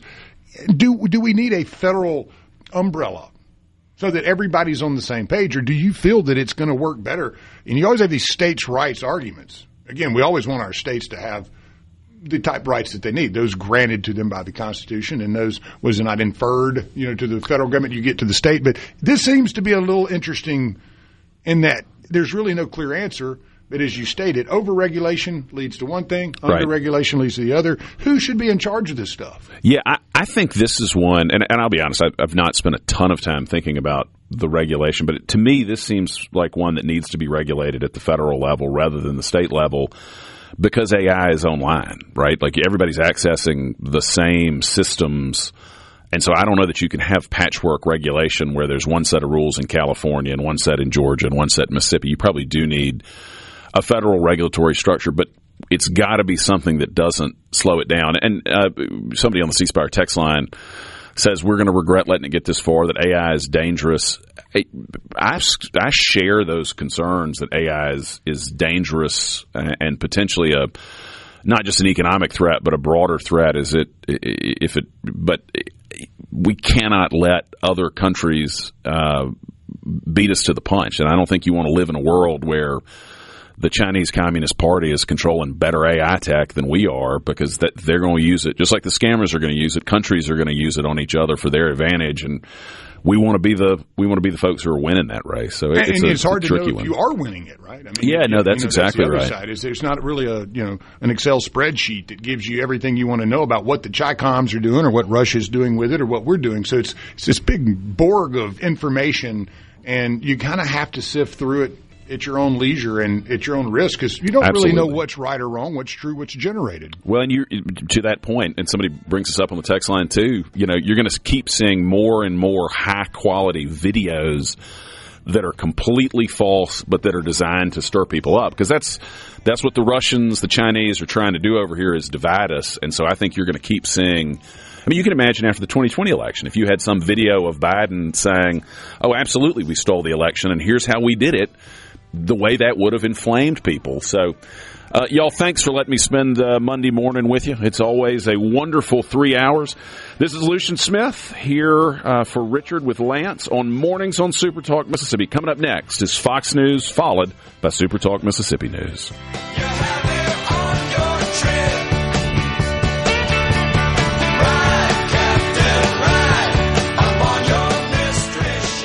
Your home. A SuperTalk Mississippi media production.